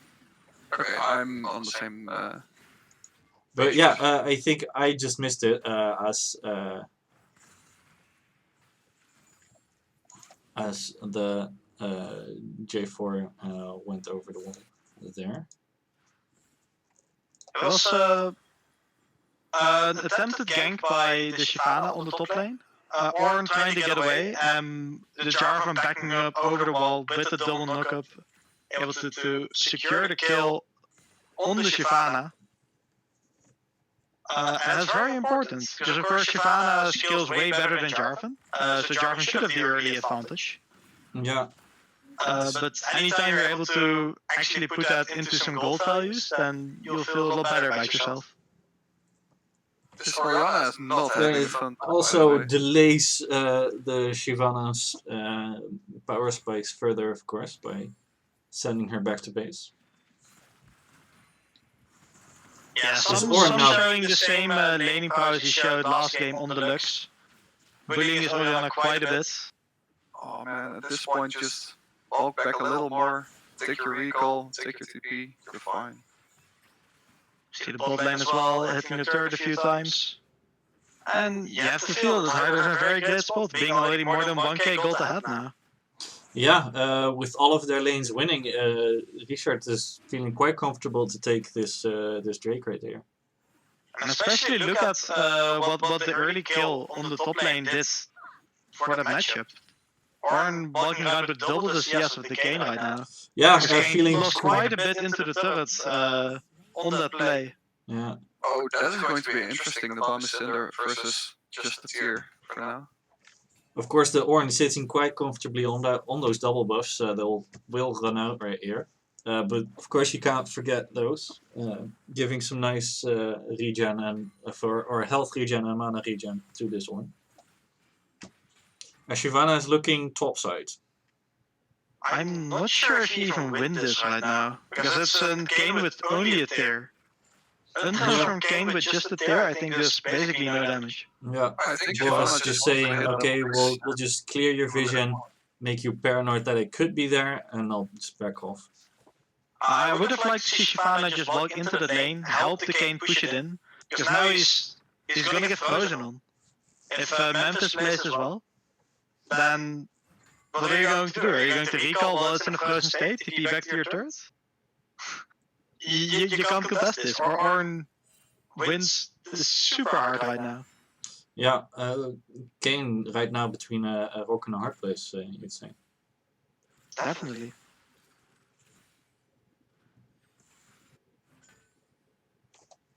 As this Ziggs is still exchanging his mana pool to the health pool of the Orianna. Interestingly, bot lane setting up a little bit of a freeze right here. See if they can manage to keep it. That freeze is gonna get broken. Yeah, that freeze is gonna get broken. Yeah. It's fine. It will slow push into them, which means that it will be quite difficult for the Jinx and Yuumi to set up a freeze, unless the Shyvana is able to zone off the Ezreal and Lux. Hiding in the darkness over the wall right now. Would you reckon that Jarvan is looking to dive the Kayn right now? No, never mind. No, I don't think you can dive a Kayn with ult up. I'm not sure. Yeah, that's 2.5 seconds, I believe, where you're just taking turret shots for nothing. Yeah. So Yeah, that's that King Actually, a bolt gang going on right now with the Shyvana ult. with the Shyvana ult, Lux having to flash away, and This is actually quite painful for Boris on the Shyvana, spending almost a minute standing over the wall, preparing this gank, yeah, seeing his opportunity, and then one Lux flash is enough to stop it. And that just means that the farm lead that Shyvana had over the Jarvan has just disappeared. very true. This does give the Jinx some much needed breathing room though. That is true. As we just missed a little skirmish from top side, but it looks like both top laners just walked away saying, okay, this is fine.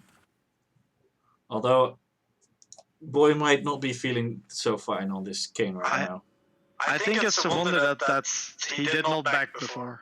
Like it's almost 9 minutes in the game, he just got the first base, even though he has TP available. I think that's just too greedy, and it cost him a lot of CS so far. But it's also because the Shyvana earlier did not help him push in the wave. He was kind of forced to stay. That's very true. I don't think there were very many moments where he would want to back, because most of the time it was either almost frozen or slow pushing towards him. You don't really want to back and get your TP forced because you left without, collecting all your experience. Yeah, you're definitely right. And of course, for Kane, half the fun of laning phase is just getting towards the transformation. So maybe he's alright with sacrificing a few minions. However, he has barely been hitting the ore, and I don't think his transformation is going to be there anytime soon. No, as opposed to the last game where we said at this point he'll probably have his transformation in the next few minutes. I think it might be a game where we see him transform at like 14 or even later. Yeah, But if we're looking at this scoreboard right now, we see a farm lead for every single member of Hydra across the board. Do you think this is what Ogopogo expected, and do you think this is salvageable for them? I think this is quite within expectations. Still, the kill and the amount of waiting that Shyvana did hurt a bit more than it was supposed to, but I think that was part of the plan. I still think it's salvageable if they don't make big mistakes. Shyvana ulting here for what seems to be basically nothing. Oof. Well, they tried to combo the Jarvan, I suppose. Richard taking a lot of damage before this Drake. Forced to Yeah, back off but there. I think you still feel good about it if you force the Shyvana, because Shyvana without an ult is actually almost not a champion at these fights. So if you can get your HP back, and he did that because he did one Gromp and he's a jungler, they should be able to take this dragon now. Yeah, Shyvana Actually, now they'll without first go and take the turret and then take the dragon. That is an aggressive call. Let's see if it works out for them. This is my coach. Yeah, this Shyvana now sitting without an ult for the next minute. They're both just kind of looking at each other for, are you going to do stuff? And now finally, bot lane has been rotating. They're getting the Drake. And Shyvana's just going to farm more. There you go. Yeah. So this is kind of what we expected, right? We expected farm leads for Hydra. We expected those first two Drakes to go to Hydra. So let's talk about Ogopogo for now, right? What is their game plan right here? What is the way you get back into this game? Because I think the miraculous stacking from our Steven in the bot lane right here, that's not going to happen this time. So what is the game plan that you realistically take? Yeah, go ahead. I would say there are two main options for We're watching a back into this game. big And we're gang. looking at the first one right now. Yes, as That is the bot lane. Yumi got it. That's fine. Yumi is the real carry. Yumi is the real guy. Bot lane is the first of the two, and the other one is the jungle. So I mean, we see them joining up to join up the forces to make that happen. Yes. I think you need a very strong Shyvana in this game to be able to actually threaten the also quite squishy carries from either side. Because of course, Shyvana in her dragon form has enough range to hit Azrael, hit Ziggs, hit Lux from a place where even though she would die if she got hit, she's probably fine. And well, those hitboxes of a Shyvana, you're not going to be able to escape him. Very Combine true, that those are with, hard to dodge. they're quite hard to dodge. Combine that with a Jinx that possibly can reset from the first kill that you get. I think you have an opportunity to take over team fights if Hydra does not combo cleanly on their first target. Of course, if they get the Jarvan, Ziggs, Lux ult combo, that person is going to die. They're actually looking at this 6. Okay, I thought they would be expecting that, but they didn't expect it. Well then, that was awkward. And that's quite greedy here by the Kane. Immediately forced the flash. Of course. Basically nothing. But now they're just trying to defend the turret from going going down Well, by the they're- stairs. yeah. they're It's not not simply going to happen. Shyvana It's having to simply pop the not going ult to here happen. to just a wave clear, making sure that that tower doesn't fall. And that means that the Herald is starting to become a target now, because Shyvana without the melt can't really contest this. I don't think you would want to use the Shyvana ult there.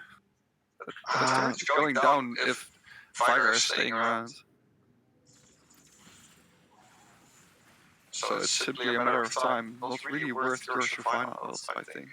Yep, I think you're right. And Yeah, because the turret goes down anyways now, and J4 is just soloing the Herald. Shyvana has no ult to contest this, so I think this is. Would you really contest this with the Shyvana ult, except for trying to steal? I mean, aside. I think you would. I think you should. Because Herald is a very good tool for Zix to snowball a game. But also, like, look at this map now, right? Ogopogo lost both outers on top and on mid. Their bot one is sitting at 400 hit points, right? This is only the first of possibly 2 heralds they could use. Right. So using them on either mid or potentially bot lane could snowball this lead that they have right now really out of hand.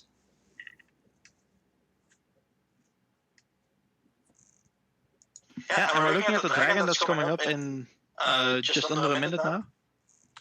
Hydra and Ogopogo both resetting for it, but you gotta feel that Ogopogo is not in a position to contest this if Hydra wants to go for it.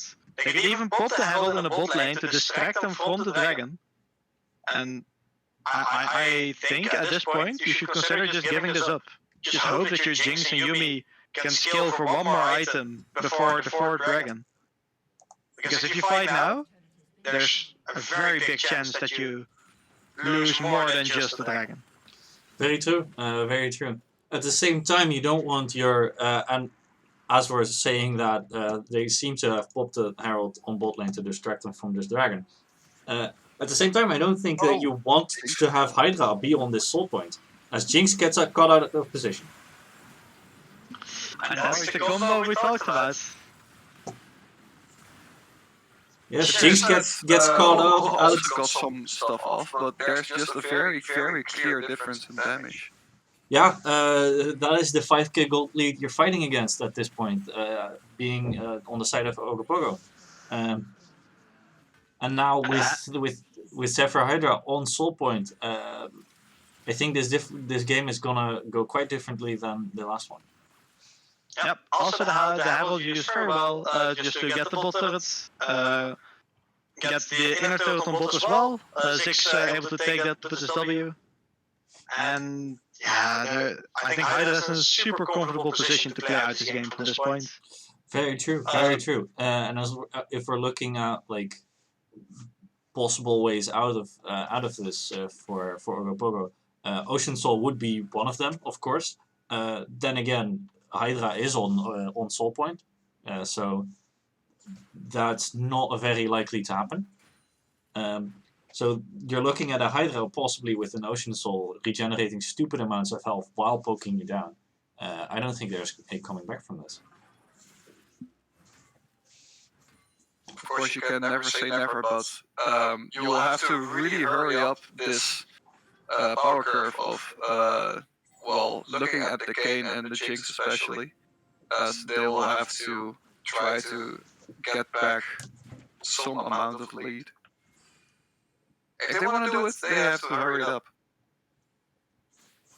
And I do have a feeling that Ogopogo just dropped the ball in the drafting for this game.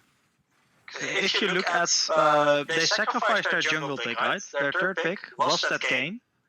And instead of picking up a Hecarim or a Vi or another heavy engaged jungle, they ended up with a Shyvana that's not able to find her place in this game.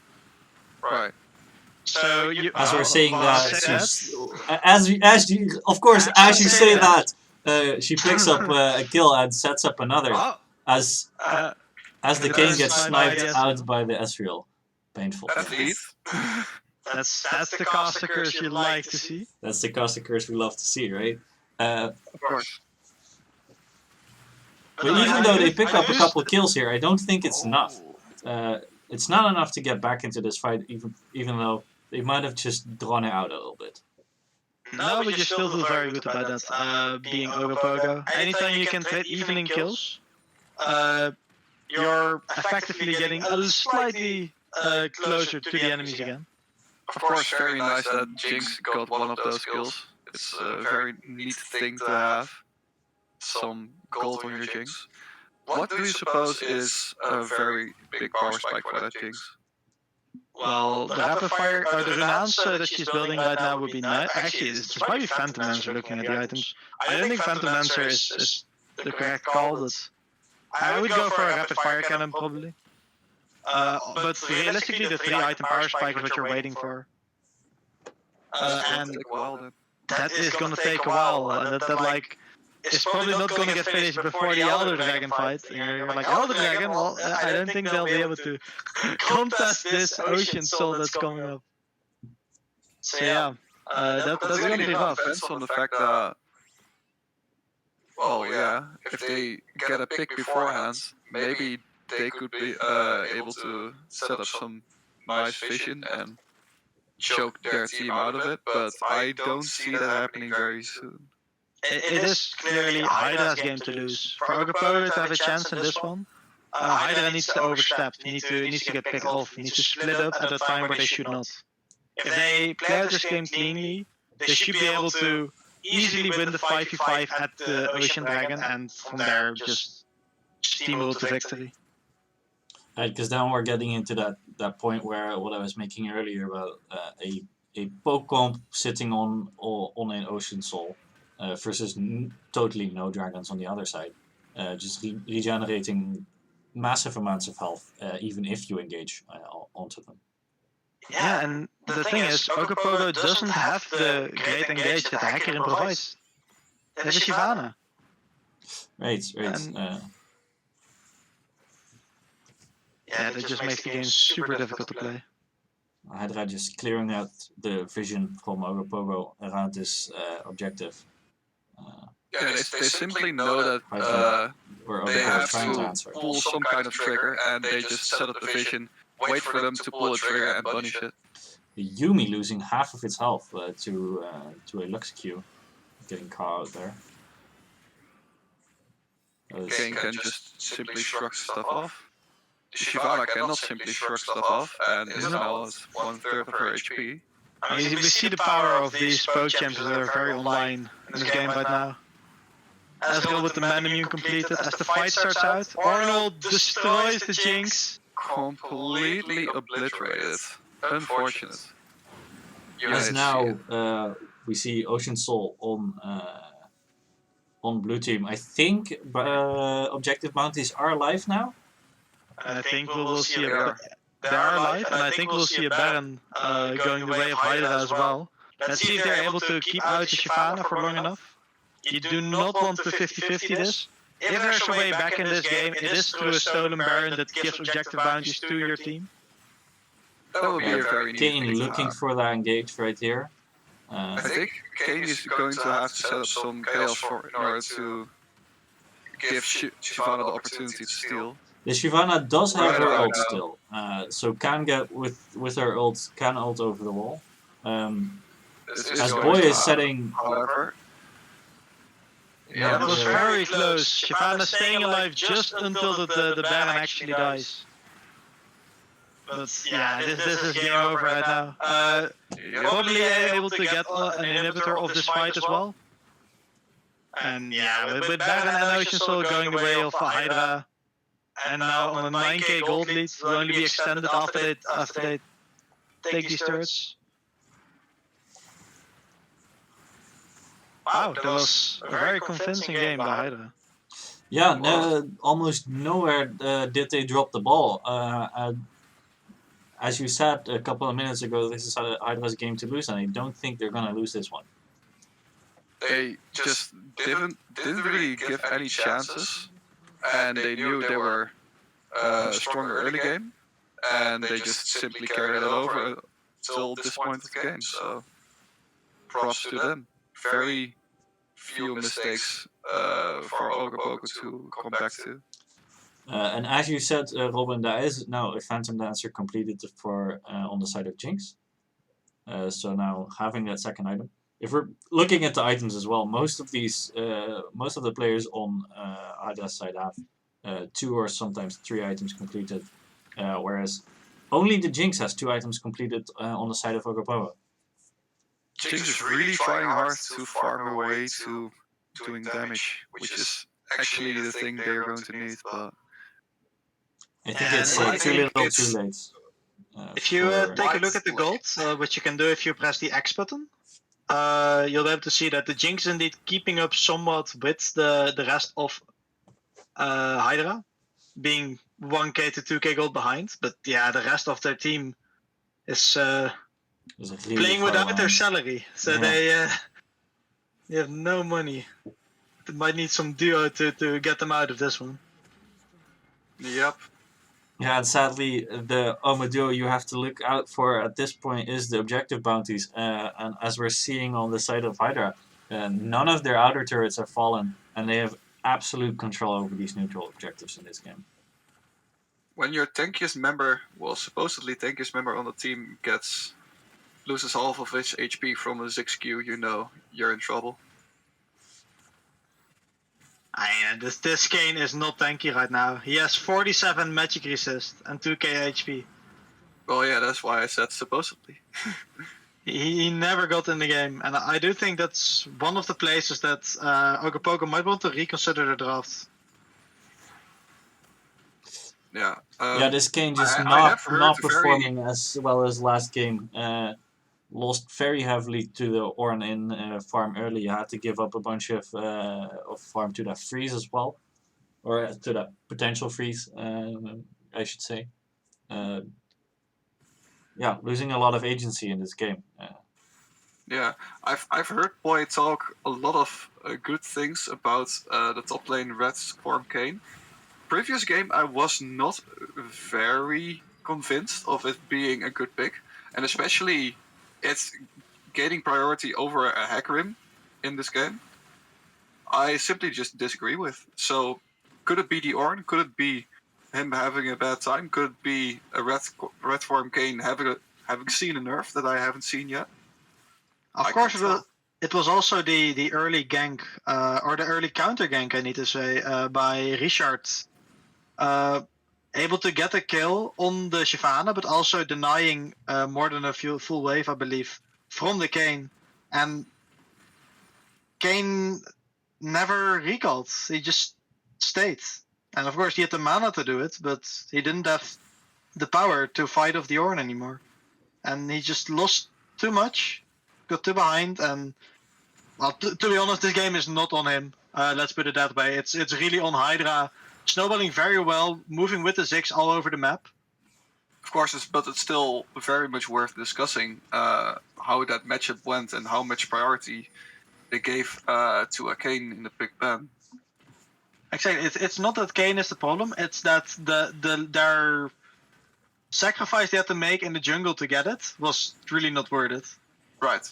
Exactly. No, true. Very true. So looking at the standings right now, we're seeing Hydra with an 11k gold lead. So we're probably looking at a third game for this series.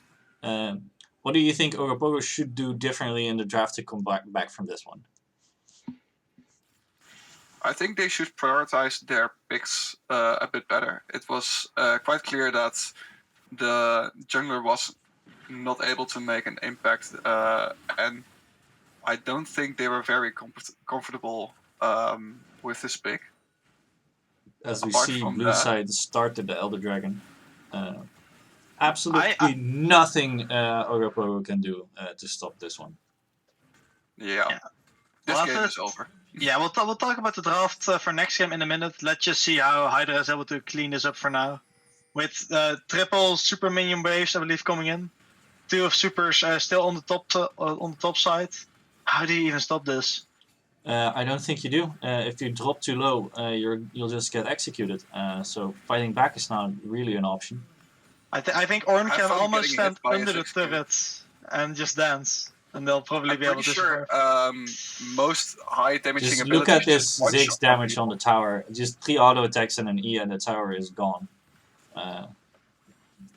I don't think there's So a way much of stopping damage. this. Nah, this game is indeed done. As For the king. Boy tries to make something happen. Keyword tries. As the Oriana has disconnected from the game with the defeat screen, we are going to see the stats and then the draft for the next. Right, and I think it's interesting to discuss what adaptations Ogopogo could make to come back from this one.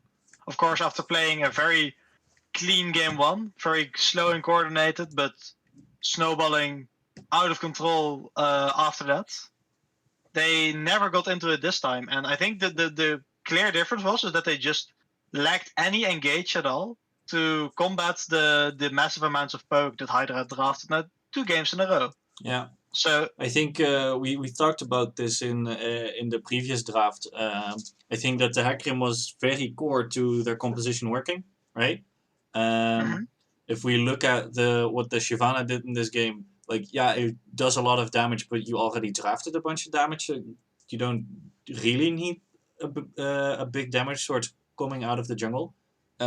What you need is reliable engage, and Kayn just isn't it. yeah, and you know what would provide reliable engage for Ogopogo? Taking away that Ornn that Memphis has blind picked twice in a row now, I believe. Or actually, no, first game he picked it into the Kayn. This time he blinded it. This time he blinded it, confident that Ogopogo would pick the Kayn up once again.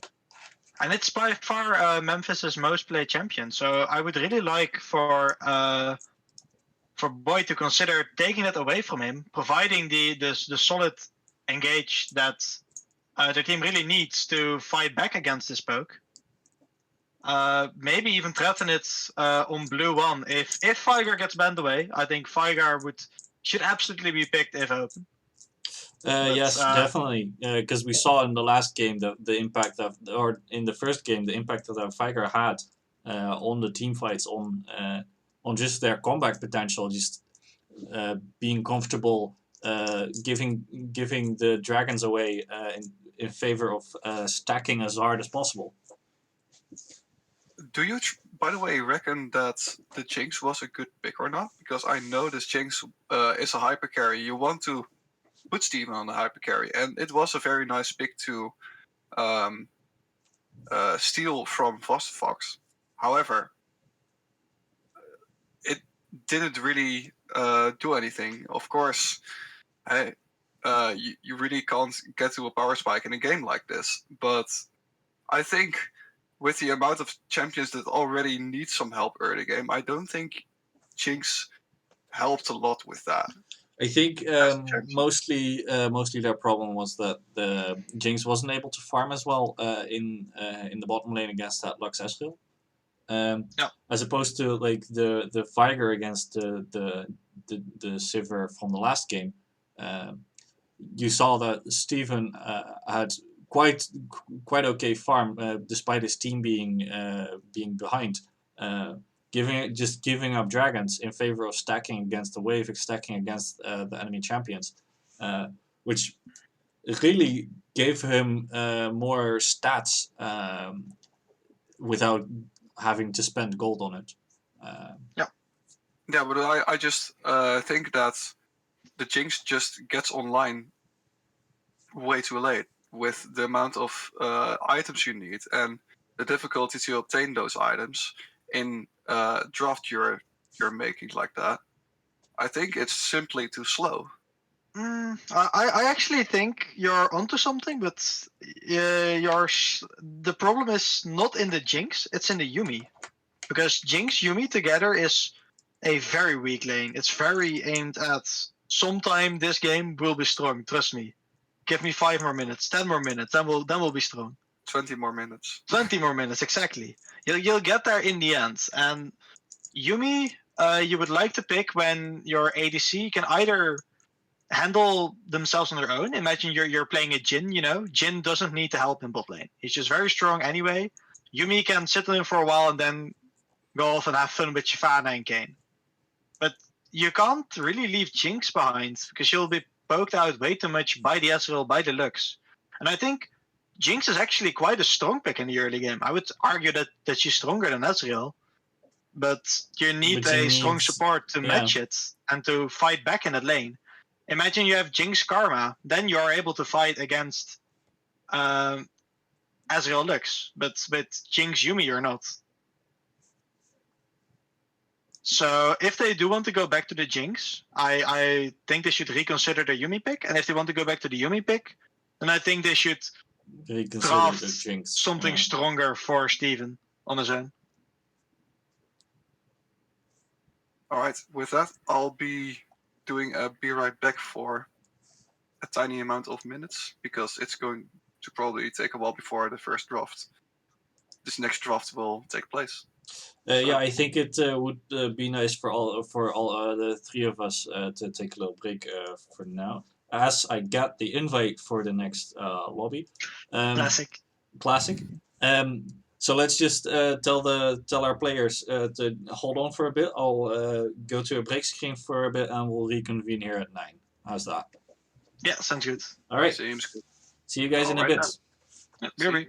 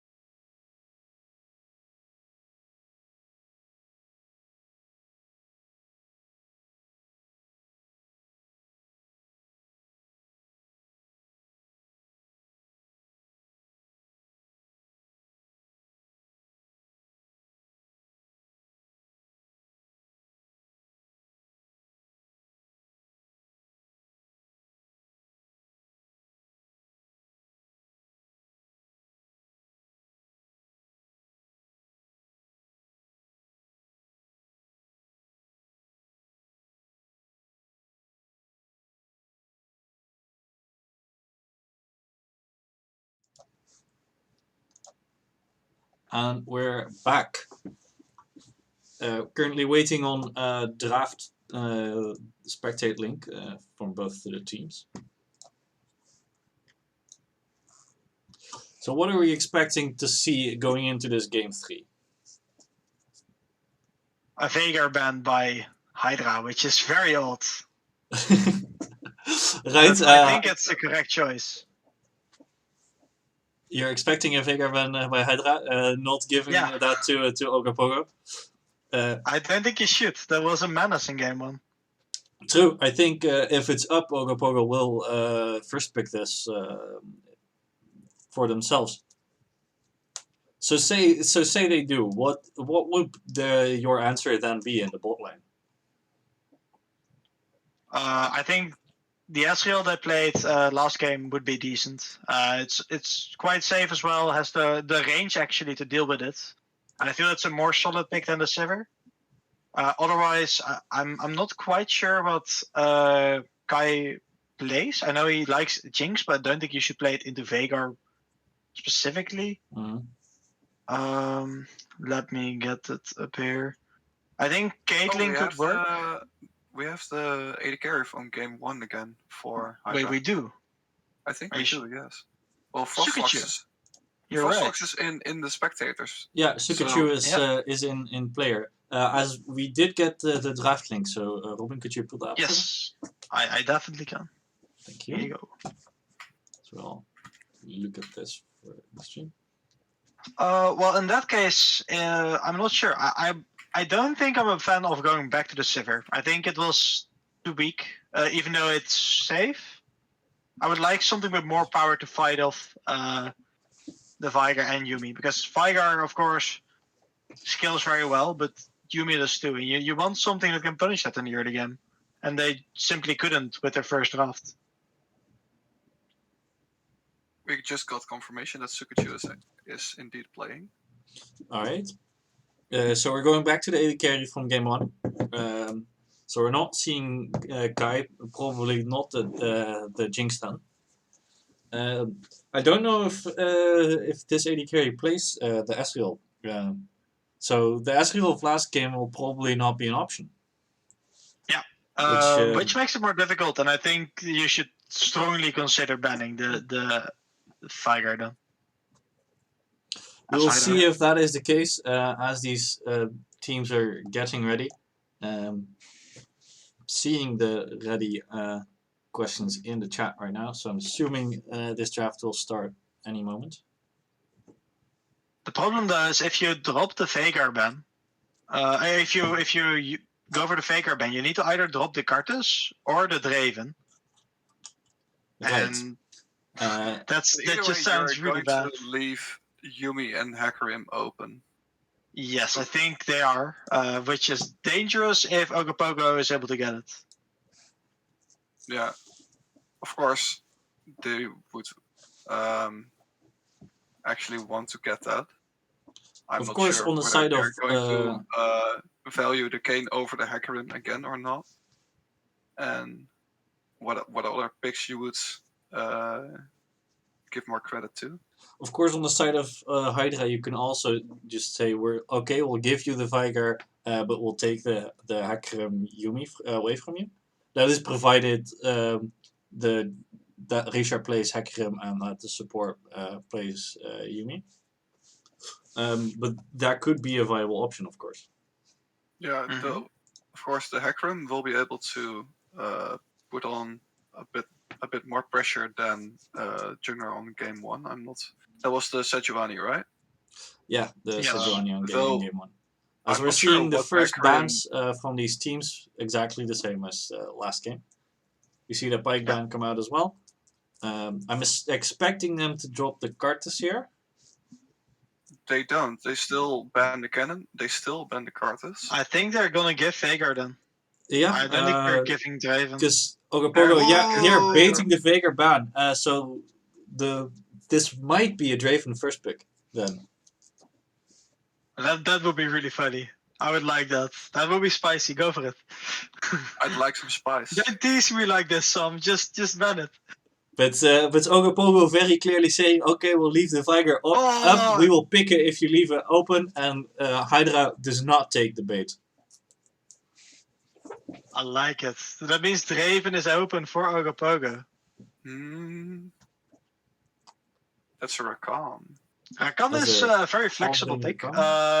It fits with Draven, but it also fits with a champion like the Twitch. I was a little scared that you were about to say, yeah, it's a flexible pick because he is now being played in both jungle, mid, and support. You've been away for a while. He's changed a bit. He's changed a bit. He's now a top laner. I was afraid you're going to go that line, and I was like, No, I like the Rakan because it provides the engage that Ogopogo really needs against the backline poke champions that Hydra tends to pick, which the Lux is one of. So the Rakan, I think, is a really good pick. Step up from the Yuumi that we've seen before. So I've seen Akam say in chat, just ban the Yuumi and have Stefan be out of position.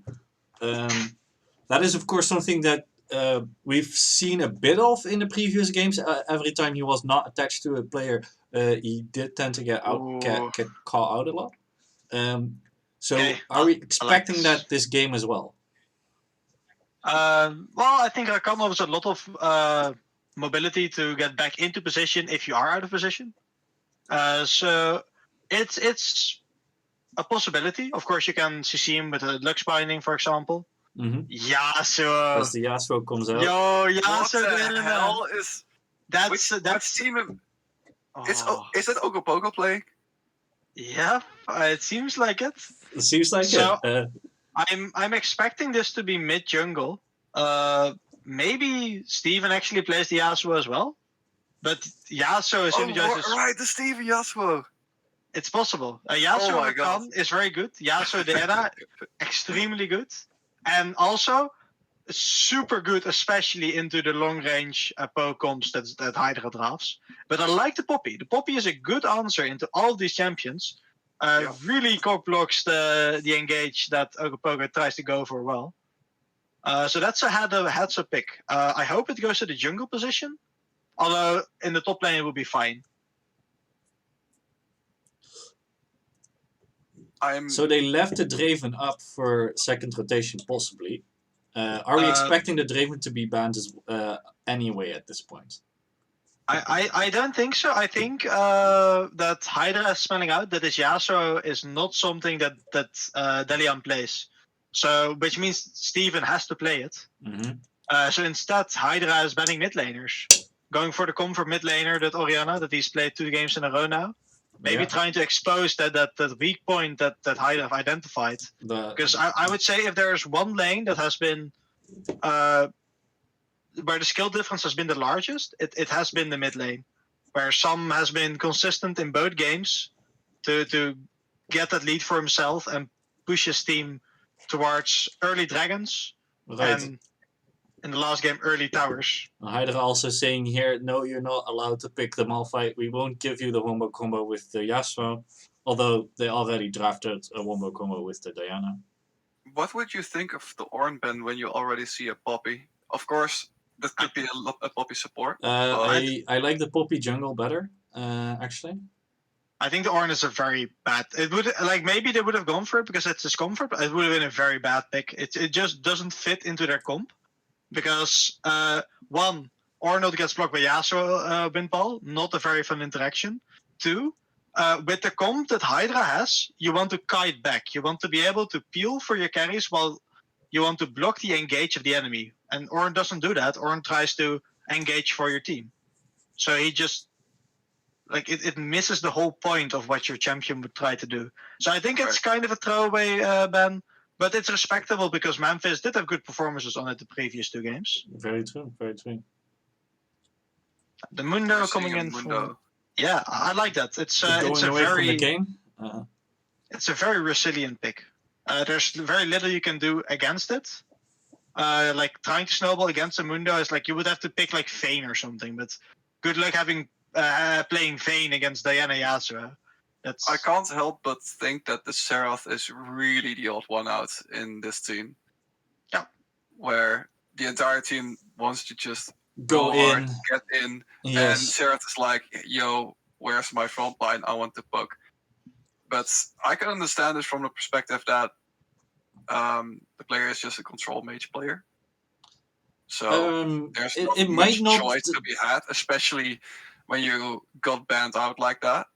It might not I directly just be can't the see case because he is a top lane main. He was a cannon on trick. Cannon wants to go in as well. Yeah, but what is he doing on the Xerath then? I just want to say I do not like this last pick. I think by putting Poppy against the Mundo, you have a losing lane on top lane. You draft a Jarvan against a comp that has no reason jumping into the enemy. Like, sure, you can jump on Xerath, but if you jump into Diana, Yasuo, Mundo, or Rakan, your team is probably going to lose. So you drafted an engage tool that both loses you top lane by forcing Poppy there and loses you jungle. So like it's a really not the correct pick here. So is this Vex going into the mid lane then? Yeah, I would say so. Yes, Vex I think support so. is playable, but the support from last game from Hydra also showing a good performance on the Lux. I do think that some chose to go for a more defensive mid laner, or even though Vex seems like maybe more offensive, it's a very good disengage tool from the Yasuo and Diana, of course. So Poppy and Vex, I think, are very good picks into the Yasuo Diana. I think the Jarvan is not a good pick at all. I would have liked to seen a top lane counter / good answer into the Mundo and just keep the Poppy in the jungle. And I'm seeing which players are picking which champions, and I can confirm that it will be Poppy in the top lane. Yeah. Let's see. Sam is picking after Dedion, so I'll see what Sam picks up. Yeah, it's the Diana jungle Xerath mid, so it's Steven on the Yasuo for sure. Yes, Vex and it's in mid lane. the Vex on the mid lane. So we will see Sam Alexander on the Vex and see the support Lux once more. But I do feel that if Ogopogo is able to utilize this Yasuo to his strength, so if we assume that Steven is a competent Yasuo, that their team should always win against the team that was drafted by Hydra. Although Caitlyn Lux does have a lot of early lane power, which can threaten the Yasuo Rakan. And if they're able to make him stick under the turret for like the first 10 minutes of the game, he's not going to have a fun time either. But you don't necessarily need to have a fun time if you're playing Yasuo. If you play Yasuo, you basically say, you guys don't get to play this game. Well, either way, one of the teams doesn't get to play the game. Either the Yasuo just dies or they just die. I think that's a very volatile pick indeed. But I think they drafted tools to be able to pull that off in this game. Yeah, and I like the team that Ogopogo went for. I would say they are probably gonna get the third game of the series and thus the match. But what do you guys think? I definitely think that Ogopogo will pull ahead in this one. It seems like they've really got a comp together. The Xerath is definitely the odd one out, but I think on Hydra's side, they've made too many weird choices in their draft. Right, like the Poppy on the top lane is weird. The J4 into this team is weird. So I think in terms of purely draft, Ogopogo has that advantage here. Yeah, I think Ogopogo was really saying, okay, we got a plan, we're going to execute that. While Hydra was saying, oh, we're seeing your plan, let's counter it a bit, and let's counter it a bit more until the point where, oh yeah, we also need a comp. And the Jarvan to round it out was indeed not really a thing to do. Yeah, but I think that the Poppy also doesn't go well into the Dr. Mundo, right? No, well, of course, but they didn't know that beforehand. The Poppy is just a very reactive tool, and the Vex also was. That was just the decision of, okay, I could have gone Lux, but considering their team, I want to play Vex, and I can kind of understand that. The anti-dash, the disengage from the fear, that kind of stuff. I can understand that, but at some point you'll have to look back at your own team and say, what does my team need instead of what counters the enemy team? So, as an example of a pick that I think would have rounded out this comp decently well, I would have liked to see as a last pick by Hydra a Tom Kench for the top lane. Yeah. Because Tom Kench actually wins against Mundo. But And the they can Poppy in keep the jungle. Poppy in the... Exactly. Yeah. And then you have good protection, good front line for your team.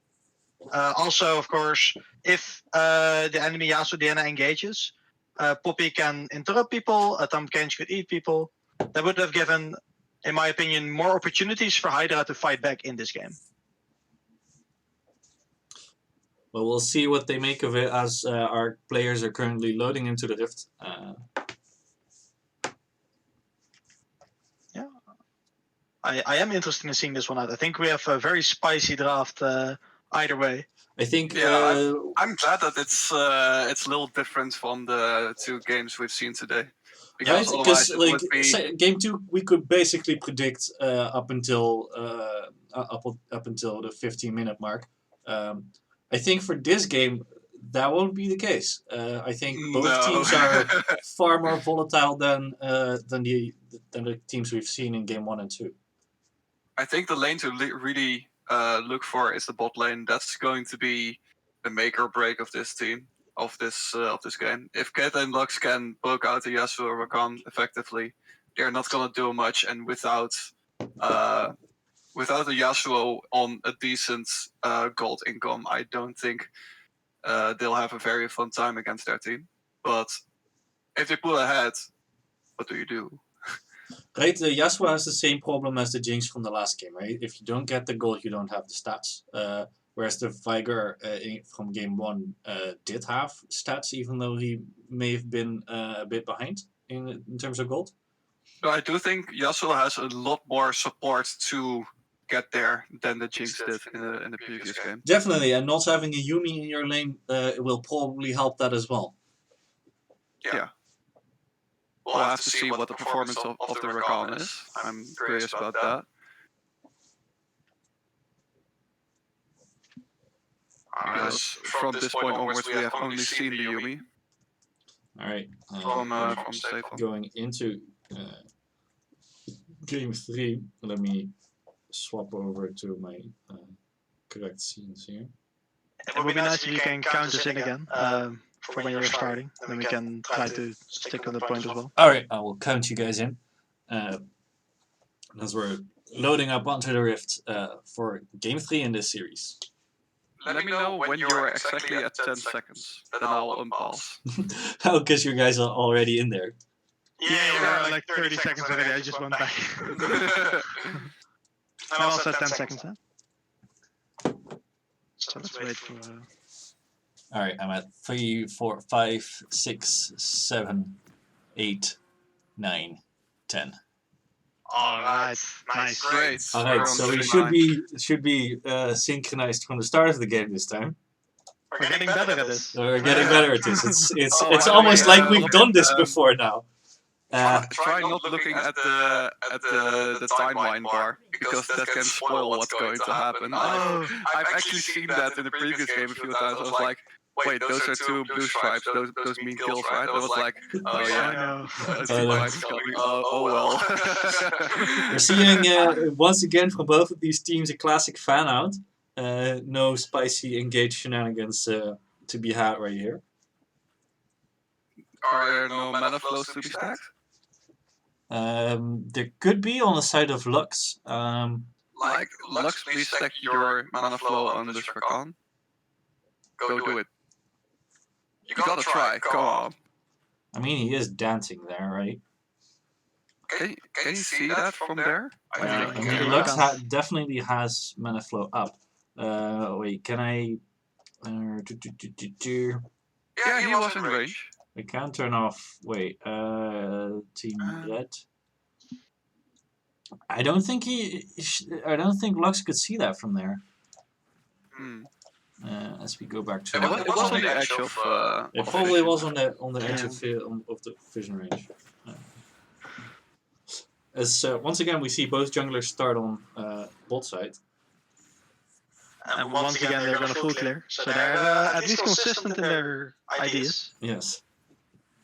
So let's see. they will who's end bowling. again on top side. Do you think this time, because we have a more volatile game, they will actually do something on top side?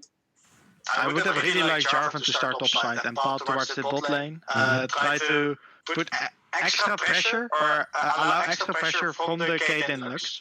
Because if you know that your Jarvan is near you, you can just walk up, hit the enemy. You don't need to be scared from any retaliation, because if they do go, Jarvan will come and punish them hard.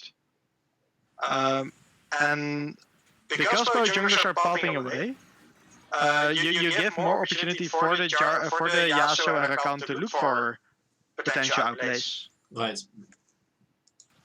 And although blue side didn't have vision on the J4, so they can't be sure that he started blue side.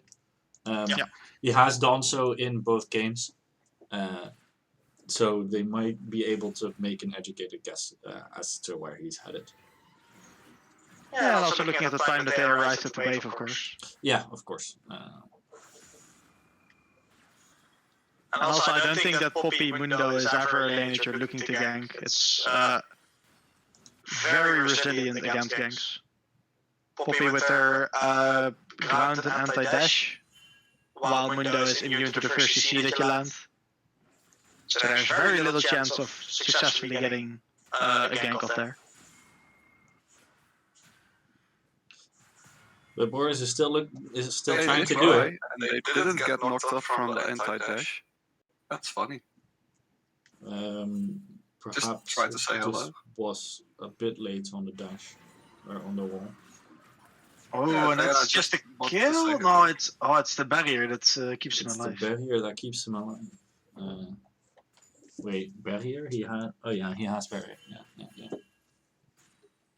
It looks like the Seraph is just a way to stop the bleeding on mid lane with the skill gap. That makes sense. It does make sense, of course. In the grand scope of things, it doesn't fit in the comp that much, but I do see the importance of not losing lane too hard. Right, but like if you say that he is a top lane main, why just not play an AP top laner in mid lane at that point, right? You know you're playing against the Vex. You know that your team wants to dive. This Zephyr feels really weird, like a really weird pick. So picking an AP top laner that also wants to go in might be a better choice there. Yeah, but from a laning phase perspective, I can see that he just wants a very high range, low risk champion, so as to not give any leads to the Vex early. What you should also consider is that with the Yasuo, Rakan, Diana, none of these champions really provide safe wave clear, right? Diana, of course, can do it a little bit with her Q, but True. you really want your mid lane to be able to wave clear from a distance safely, otherwise you'll lose turrets everywhere, especially against a siege that the Caitlyn Lux can provide. So at least Xerath is able to clear those waves from relative safety. I would have liked maybe Bot lane. Rocky more. Look at that. Still pretty good. Oh, Having to force out the flash from both the Lux and the Caitlyn. in the Still trap. going in though. I mean, that's still very good. Getting As both the- flashes as the means Yasuo- that all the pressure that they have been able to stack up against you just kind of dissipates, and now you're able to turn it against them. Yeah, and this Diana didn't really burn anything of importance, so. Flash is decently I important. mean, the flash is decently important, yeah, true, but this Diana can now look to repeat gank while the flashes are down on both the Lux and the Caitlyn. Certainly, yep.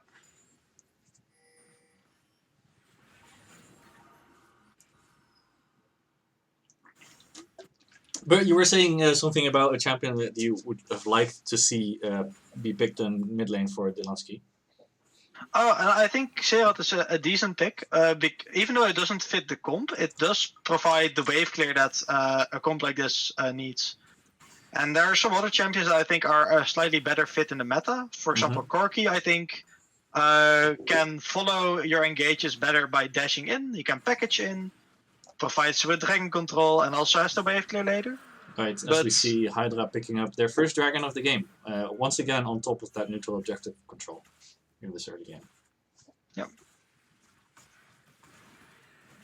When As it's you already see, Looking Poppy for a caught fight. Poppy in gets a bad place. Very nicely timed with the dash. as Poppy And has to of course, flash play. out, afraid of. Well, there's no ultimate on this Diana, so. Can we just talk about how super clean that was timed from the Diana? Yeah, I was That really was waiting like- for the knockout, I was- but I was thinking like, oh yeah, she's going to get knocked up, and expired at the exact point. Very Very nice sick. compliment there. Well Yeah, done, maybe Baboos. played into the Poppy once or twice before. Well, I think once or twice before isn't enough to time it perfectly. Maybe it's dumb luck, but let's just say it's all skill. It's all skill for sure. It's all skill. skill. Has to be. Yeah, we see Let's see this. how this bot lane looks actually. That should be very favorable right now for the Yasuo Rakan. We see that the gold, the CS at least has evened up between them, which is really not a situation you want to be in as the Caitlyn looks. At this point, you want to be 10, 20 CS ahead already. Very true, and the gold is dead even though the mid laner from Ogopogo They're is looking 30 for CS Oh, they behind. found the knockup actually And they against found the the Caitlyn. knock of the Ignite taking away, but just Not enough slightly not damage enough yet. damage. No Seemed ult like a for good play, but- for neither bot laners on Ogopogo's side. They might have wanted to wait until the level 6 from Yasuo because now There's we Diana have Yasuo level 6 coming up. Yeah, so there's something to Diana get. and Yasuo They're at still level looking 6. for it, They're of still course, but they're I- still here. Diana was looking to die. Decides to It back was off. a bit unfortunate. It probably might have worked, although they might have traded some lives there. They're not opting in for the dive, they're simply going for the vision. Richard is hovering mid lane, identifying the weakest point of Ogopogo, being the Lansky right now.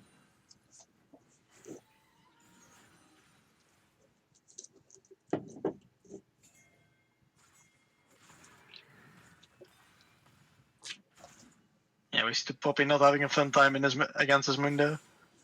Tries to fight with him, but her only form of CC against him gets interrupted, so there's no way to really trade. Yeah, and it's a real change from the last game where Boy was having a tough time trading against the Ornn on the top lane from Memphis. A very nice recall cancel, completely blind. Nice job to the Lux.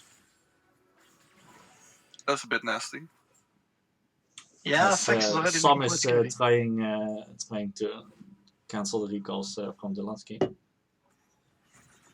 So 30 CS lead already in the mid lane. So you would It is, expect with that gold lead in mid that Hydra would be ahead, but it's actually the AD and the top lane that together are able to compensate for it. The Yasuo being ahead almost 300 gold already, which is just a kill. That's not what you expect to happen in this lane. I do think at this point you'll have to do something with the lead of Fax. If you don't, I don't think the lead is going to shift into your favor as Hydra. Yeah, this Vex already almost 1,000 gold up on this Xerath. Even though They're Xerath really looking for Xerath right now. said, okay, I know, Well, instantly That was a flashes very- away. That's a. I mean, honestly, it was probably necessary. that's a good reaction. Stefan. Even though it was premature, you really don't want to die there. Definitely true. Definitely true. Zelensky trying to minimize his gold deficit by picking first strike here. as his keystone, where you would normally probably expect the Comet. Oh, sun goes in. Max looking for the Ignite is solar used. kill, maybe? All in. As He has he another flashes kill. and it's a my first God. blood. Oh, and that's First the flash blood ult drawn from by Diana. Sam as the Over the wall. Poppy saves him over the wall, roaming down, Yikes. seeing, okay, perhaps I'm needed there. Very nice And round by the Sam Poppy. making it out alive, extending his Very lead good. even further.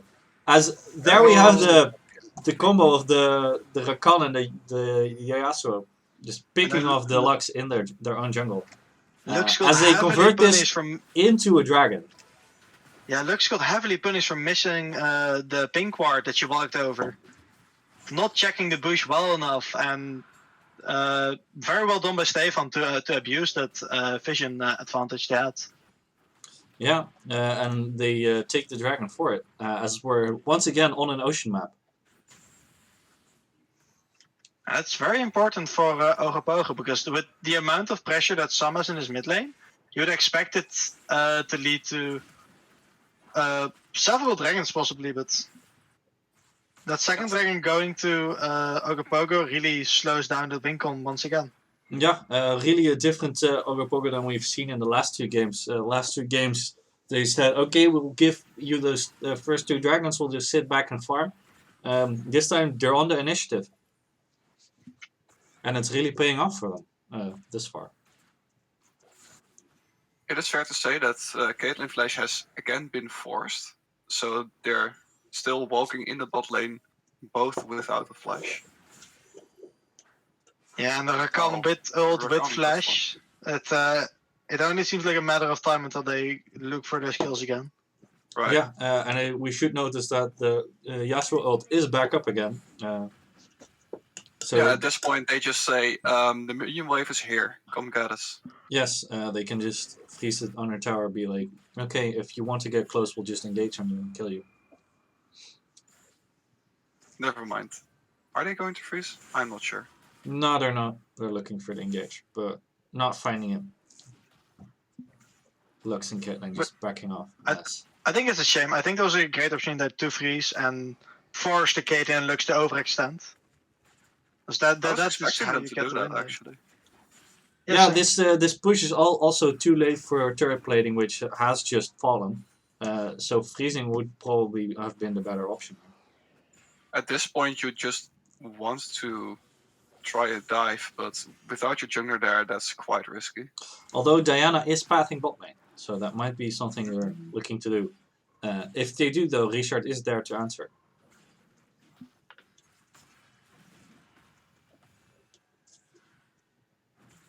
As in top lane, it's still Memphis and Swinganamongo hitting each other with wet noodles.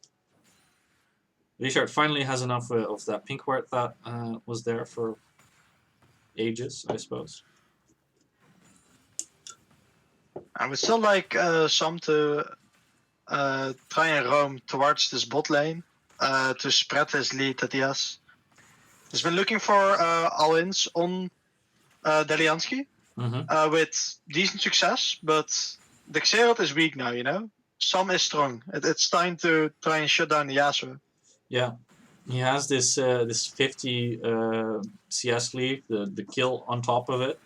He's more than a K gold ahead. He's like 1.4k ahead at this point. He should probably indeed try and extend his lead by helping other lanes out. By the way, earlier it was said that Poppy would have a hard time against the Muno in lane, but I'm seeing quite the opposite. Well, if you're looking at the gold, it's not quite even.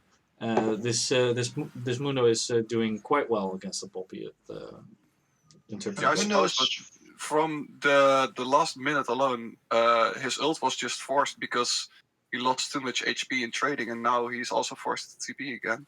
So I'm not very sure which way that matchup goes. I mean, I think he's just very comfortable just sitting on low HP, saying he got the ult off. And there's the combo we're talking about, right? The ult from Smick, the further CC on this Caitlyn. Right.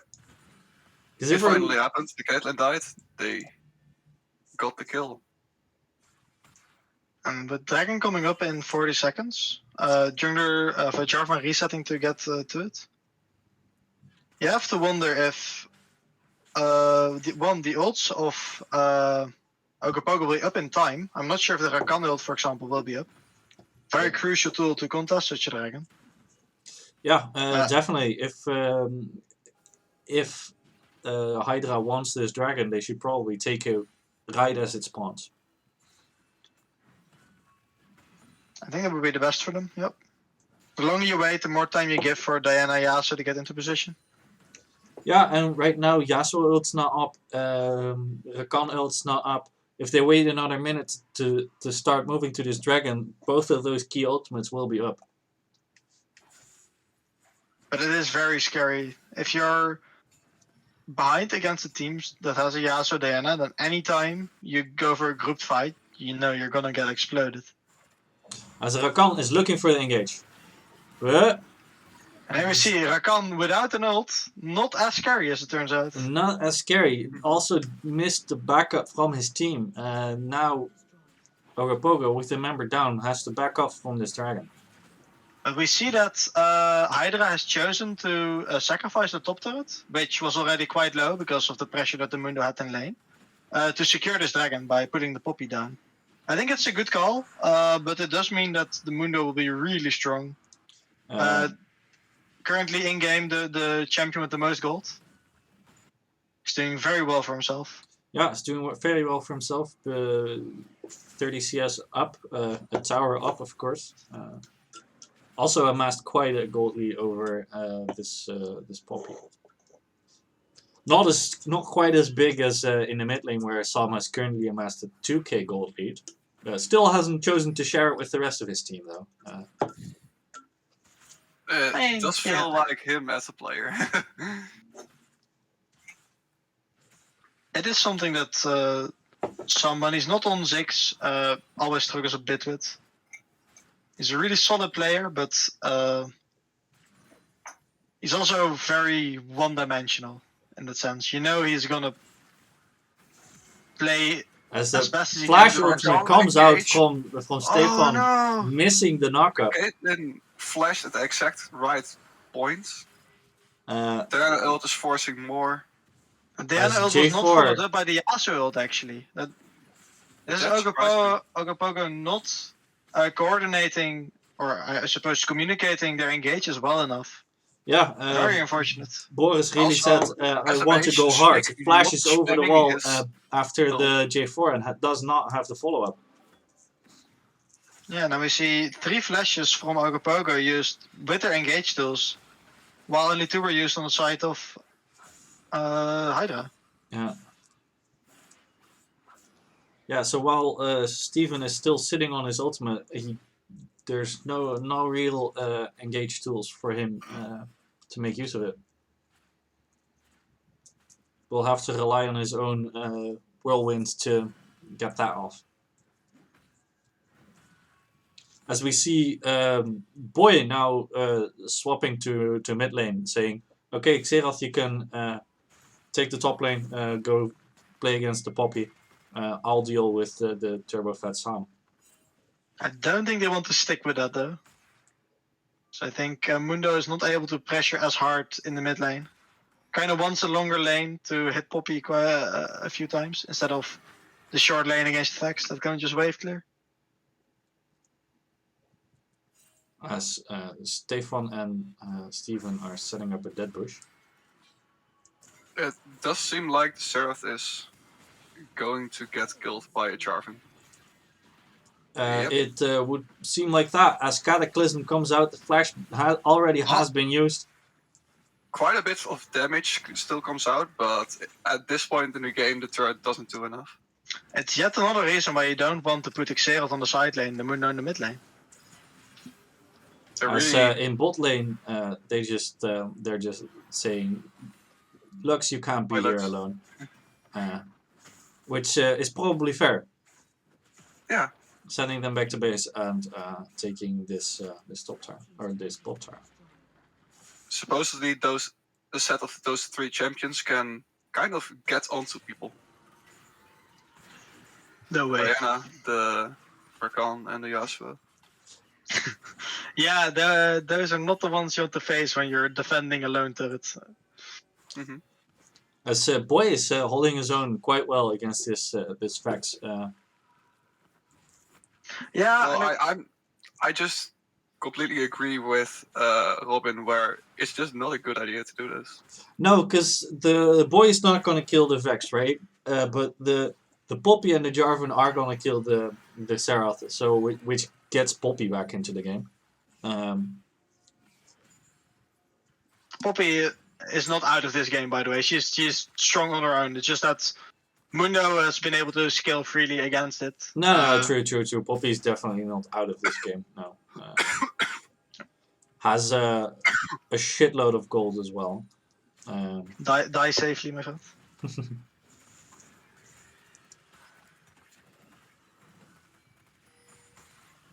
Look like a. Oh.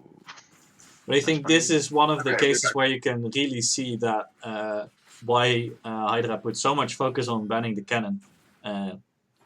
If Delansky is not on comfort, he here's just a huge Jarvan ult. yeah, but they just have the stopwatches. Steven goes golden and and the fear from Vex preventing Yasuo from ulting on the Caitlyn and Lux could have been able to turn it maybe, but very nice. I would say great sacrifice by Richard there. He knew that jumping into Yasuo the end would probably cost him his life, but it kept blocking them. They just couldn't get out. Yeah, they had it no kept way to get the key out. targets in place for long enough. And as you said, Robin, some with the key crowd controls really showing why he plays those control mages. Yeah.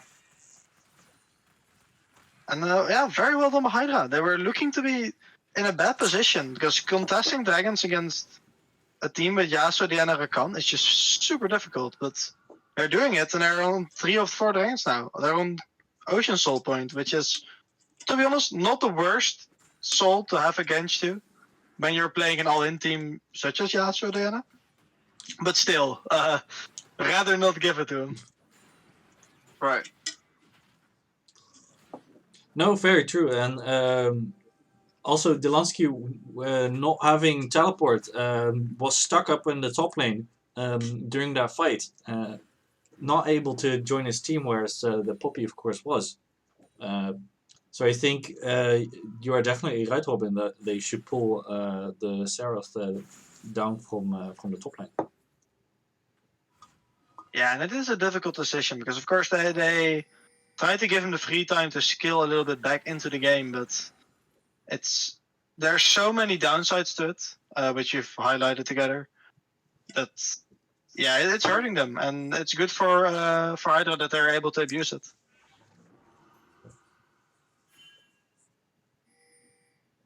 As Vex is making her way to top lane, Delansky is safely recalling, being pinged out by Richard.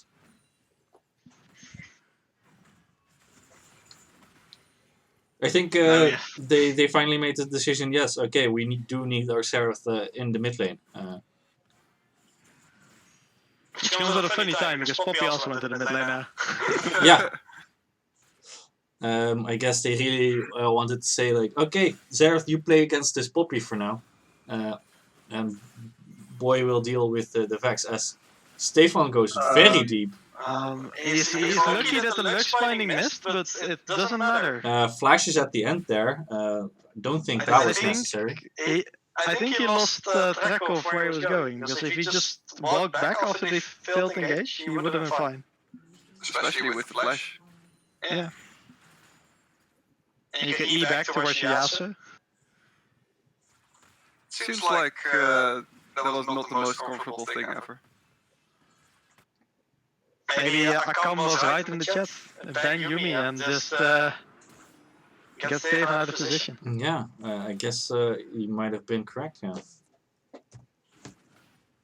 So look at the items a bit, as we see 2 completed items for the Yasuo sitting on that shield bow, and I'm not sure what item that is. That's a Mercurial Scimitar. The Ah, QSS okay, upgrade. QSS upgrade. Okay. Really saying I don't want to be locked down by this lockdown team. Yeah, it's basically against the fear and against the roots of their team. I also see 2 items completed on the side of Diana and Mundo. Diana with both the belt and Zhonya's being a very safe engager. Able to engage for a long range and then Zhonya off shields. Just to set up that combo for the Yasuo. I believe just hunting this Seraph. What the damage! Goodbye. Igniting for good measure in the end. Of course. Did not want the Xero to flash away. Which he did have up, by the way. And I think the Faxel will be up in time as well for this dragon, so that's good. Not too much of an opportunity cost either. Yeah, at this point it's just a game of, hey, let's do another dragon. Woo! I would have actually liked Sam to pick up a stopwatch for this fight, just to prevent him from getting bursted, because I think if there's a lose condition at this point, in fights, like the teams are even, right? So it's not like one team is very hard winning very hardly, but you do not want your facts to be bursted. Like that is how you certainly lose any fight. So a stopwatch for an Ocean Soul fight sounds like the perfect time to invest. As Poppy I face do tracking approve of and the little hat he bought as second. I like the safety hat. Very safe. Very safe. Well, if you don't know what to build, you just build something that's not wrong. So it's safe. Safety hat. Is that how it works? Interesting. No. interesting as Boy gets caught out of position really bad. Has to pop the ult and the flash. Going in. The rest of the team going in though. By the Poppy and This As seems to be Sherlock really goes good gold for and the- Delansky. for Hydra, I want to say, but now I'm not so sure anymore. And in fact, it is not. it is apparently not good for Hydra. The Yes. fight looked very won for Hydra, and then it was not. It was won until it wasn't. Yeah, Very nice. And this Mundo is showing that with the spirit which is completed, he's not dying that quickly. No, this Mundo is showing I have 3 items now. I will go where I please. Yeah, and I think, they're looking at Baron. I don't think they'll have much trouble with With defending the Baron. entirety of the team. What is this Lux gonna do to stop this? Ult. And honestly, I think that fight went wrong when the Jarvan tried to engage, because the Poppy stopped the Diana engage in the fight, which is very nice. The flash into dash from Diana was stopped by the Poppy W, but then the Jarvan re-engaged onto the Yasuo Diana, allowing them to kill the jungler for free, and clearing up any protection that was left from the Vex and Caitlyn.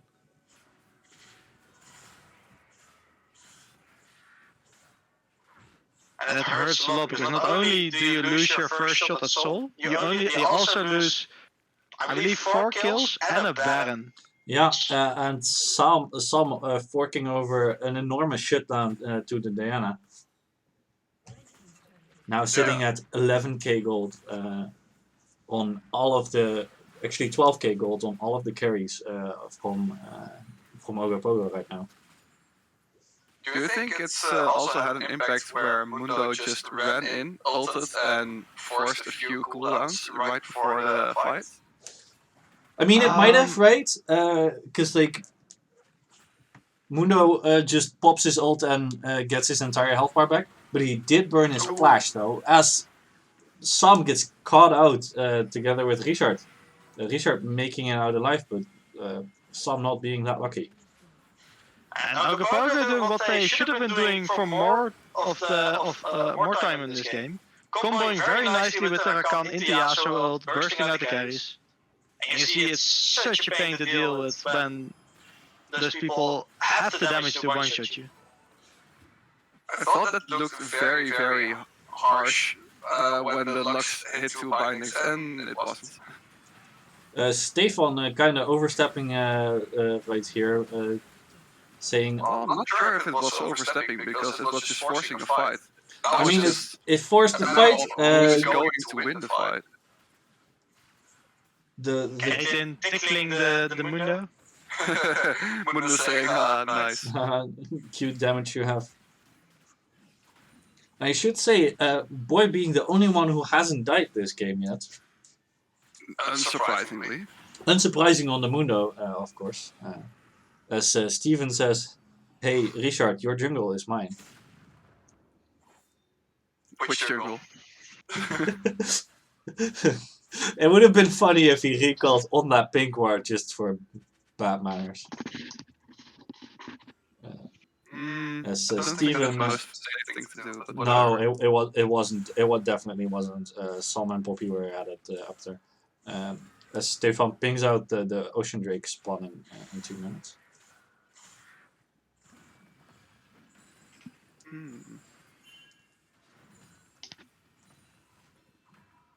So I think the changes Ogopogo made to their playstyle in this game really paying off for them right now. As I noticed that I have the names wrong in stream. Thank you guys for pointing that out. Yeah, quite important. It's also fair to notice that the gold is pretty nice on 3 of the most core champions of Ogopogo's team, being Mundo, Diana, and Yasuo. All sitting on a very nice 12/13k, while only Vex can get near that amount for Hydra. So that's a very nice distribution of gold. Yeah, Sam really showing his prowess on those control mages, I suppose. But not like we said in the early game, right? He wasn't able to convert that into a lead for the rest of his team, and Ogopogo are now showing, yeah, if you don't, then we will get ahead in the rest of the fight or in the rest of the map. Yeah, I do want to say that Sam, his mid game was really good as well. Like he was able to convert it at that point towards team leads, like helping at the dragon fight. I believe for the third dragon that they won. Stefan is out of position. And he has found their E button. However, he delivered a Vex into the team, which is actually able to do some damage. Started very weird. Yasuo getting caught out, but dodging it with his ult. Mundo wiggling with him. There he is. Mundo saying, "Okay, Diana, you'll be fine." Oh wait, no, you're not. Now it's just a Mundo doing. Now it's just a Mundo doing Mundo things, and Poppy has to run for its life. What an unsurprising outcome of that fight. Mundo and Poppy walking away with full HP. I mean, I suppose, right? But like, I guess chat was right in saying just get Stefan on a champion where he can be out of position, where Mundo is just like, okay, I'm done now. Okay, bye. Bye. Just, that turret is mine now. He bumped his head once and turret is gone. Turret said, okay, yeah, you win. Bonk. But a very sloppy fight, starting with Stefan being caught out of position. He really can't be running off alone, warding like he's currently doing. Baron's spawning soon, and both teams are looking at trying to set up vision, while Ogopogo has a little bit of an advantage here. Yeah, Ogopogo should try to clear all the wards in the pit. Maybe bait that they're starting. Even starting it actually is fine, but don't aim to finish it. You want to look for the turn with the Rakan, with the Diana. Burst, especially the Vex. Yeah, those grouped up fights are really favorable for them. As we're looking back at the previous team fight, right? That one was really spread out. Had a bunch of their carries spread out over the fight. I think they really want to look for those grouped fights where you're forced into small areas like the pit, like the like certain chokeholds in the jungle.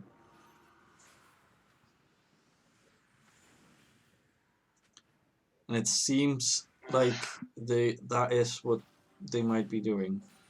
So for now, what Ogopogo should aim to do is push in this mid lane a bit further. And just Richard is looking for the engage. They're That's forcing Jarvan's stuff. No, here's Stefan using the quickness, going down in exchange for saving the Zerath. I'm not sure if that's what you want to do there.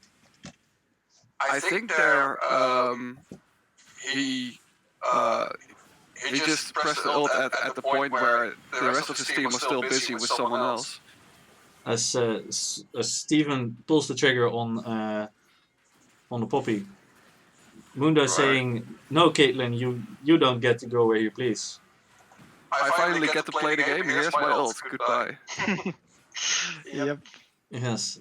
And this should be the end of the game.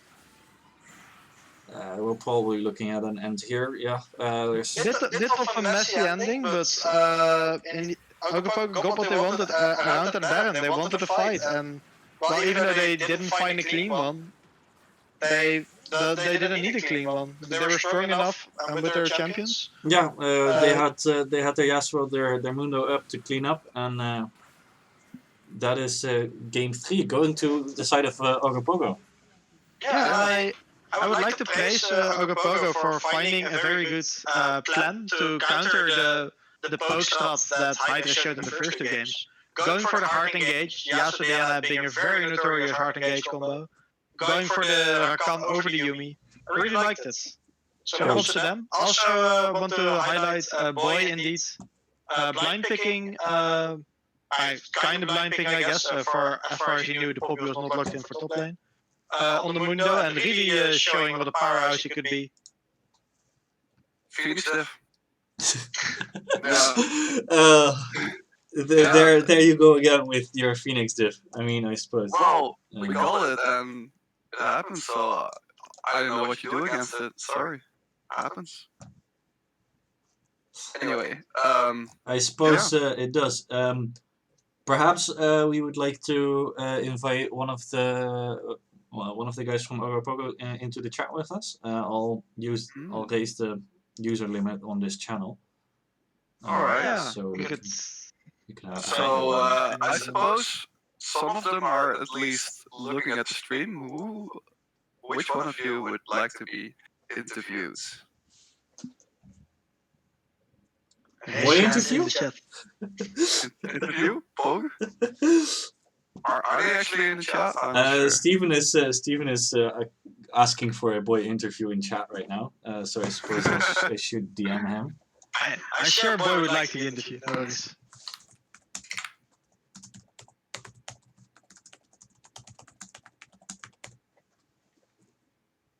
All right. And if there he is. There we have Boy.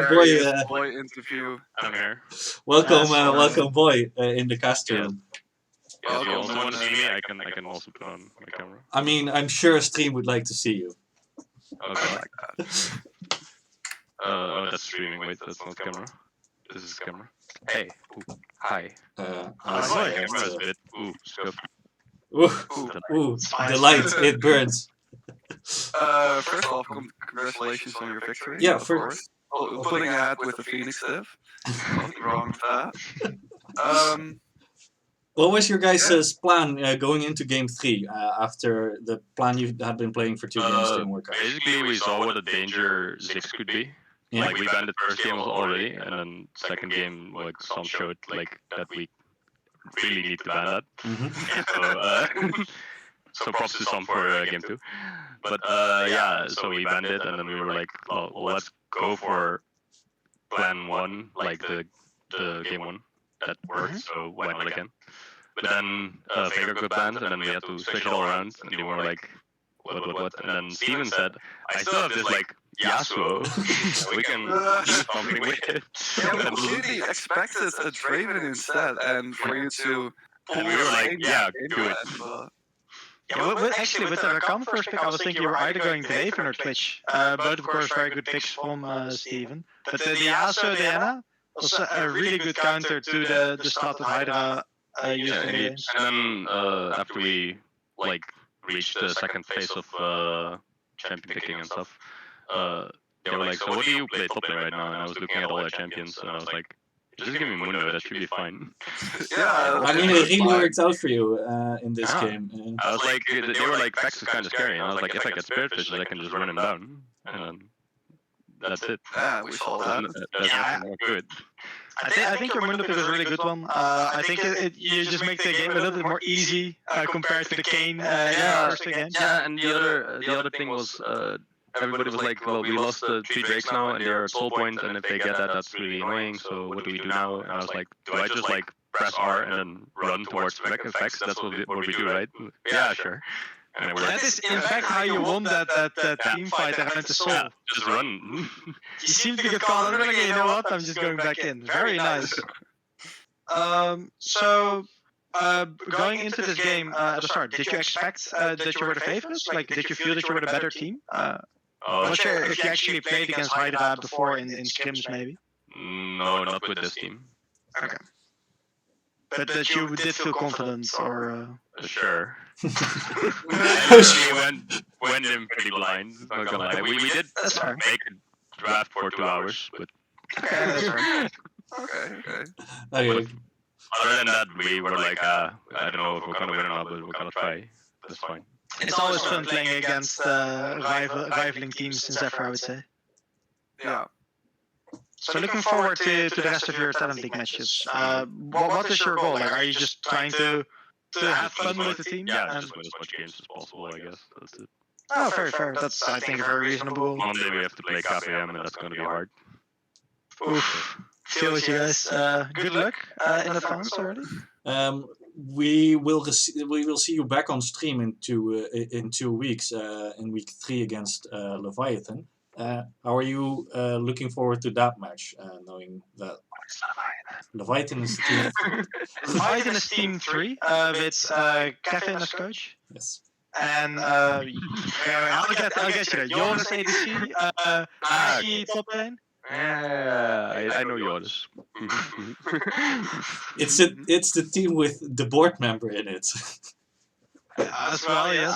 Yeah. You seem very well informed. I'm sure you'll be I am going in blind every time. Alright. Luckily, you are the team captain this time. The I'm drafting. not the team captain, so I don't bother. Yeah, so you can just be like, Steven, prepare this match for me, and I'll play whatever. Wishing all the strength to Steven for preparing drafts with his round. We all preparing drafts.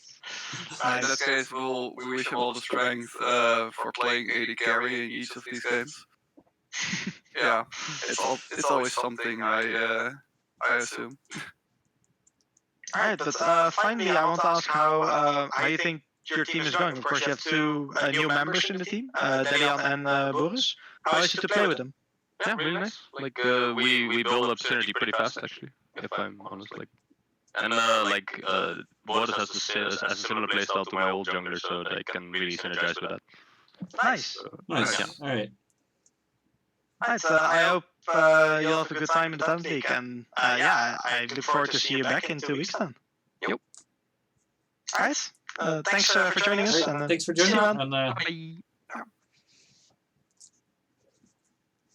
I think that's also slowly signaling the end for the 3 of us in the stream as well.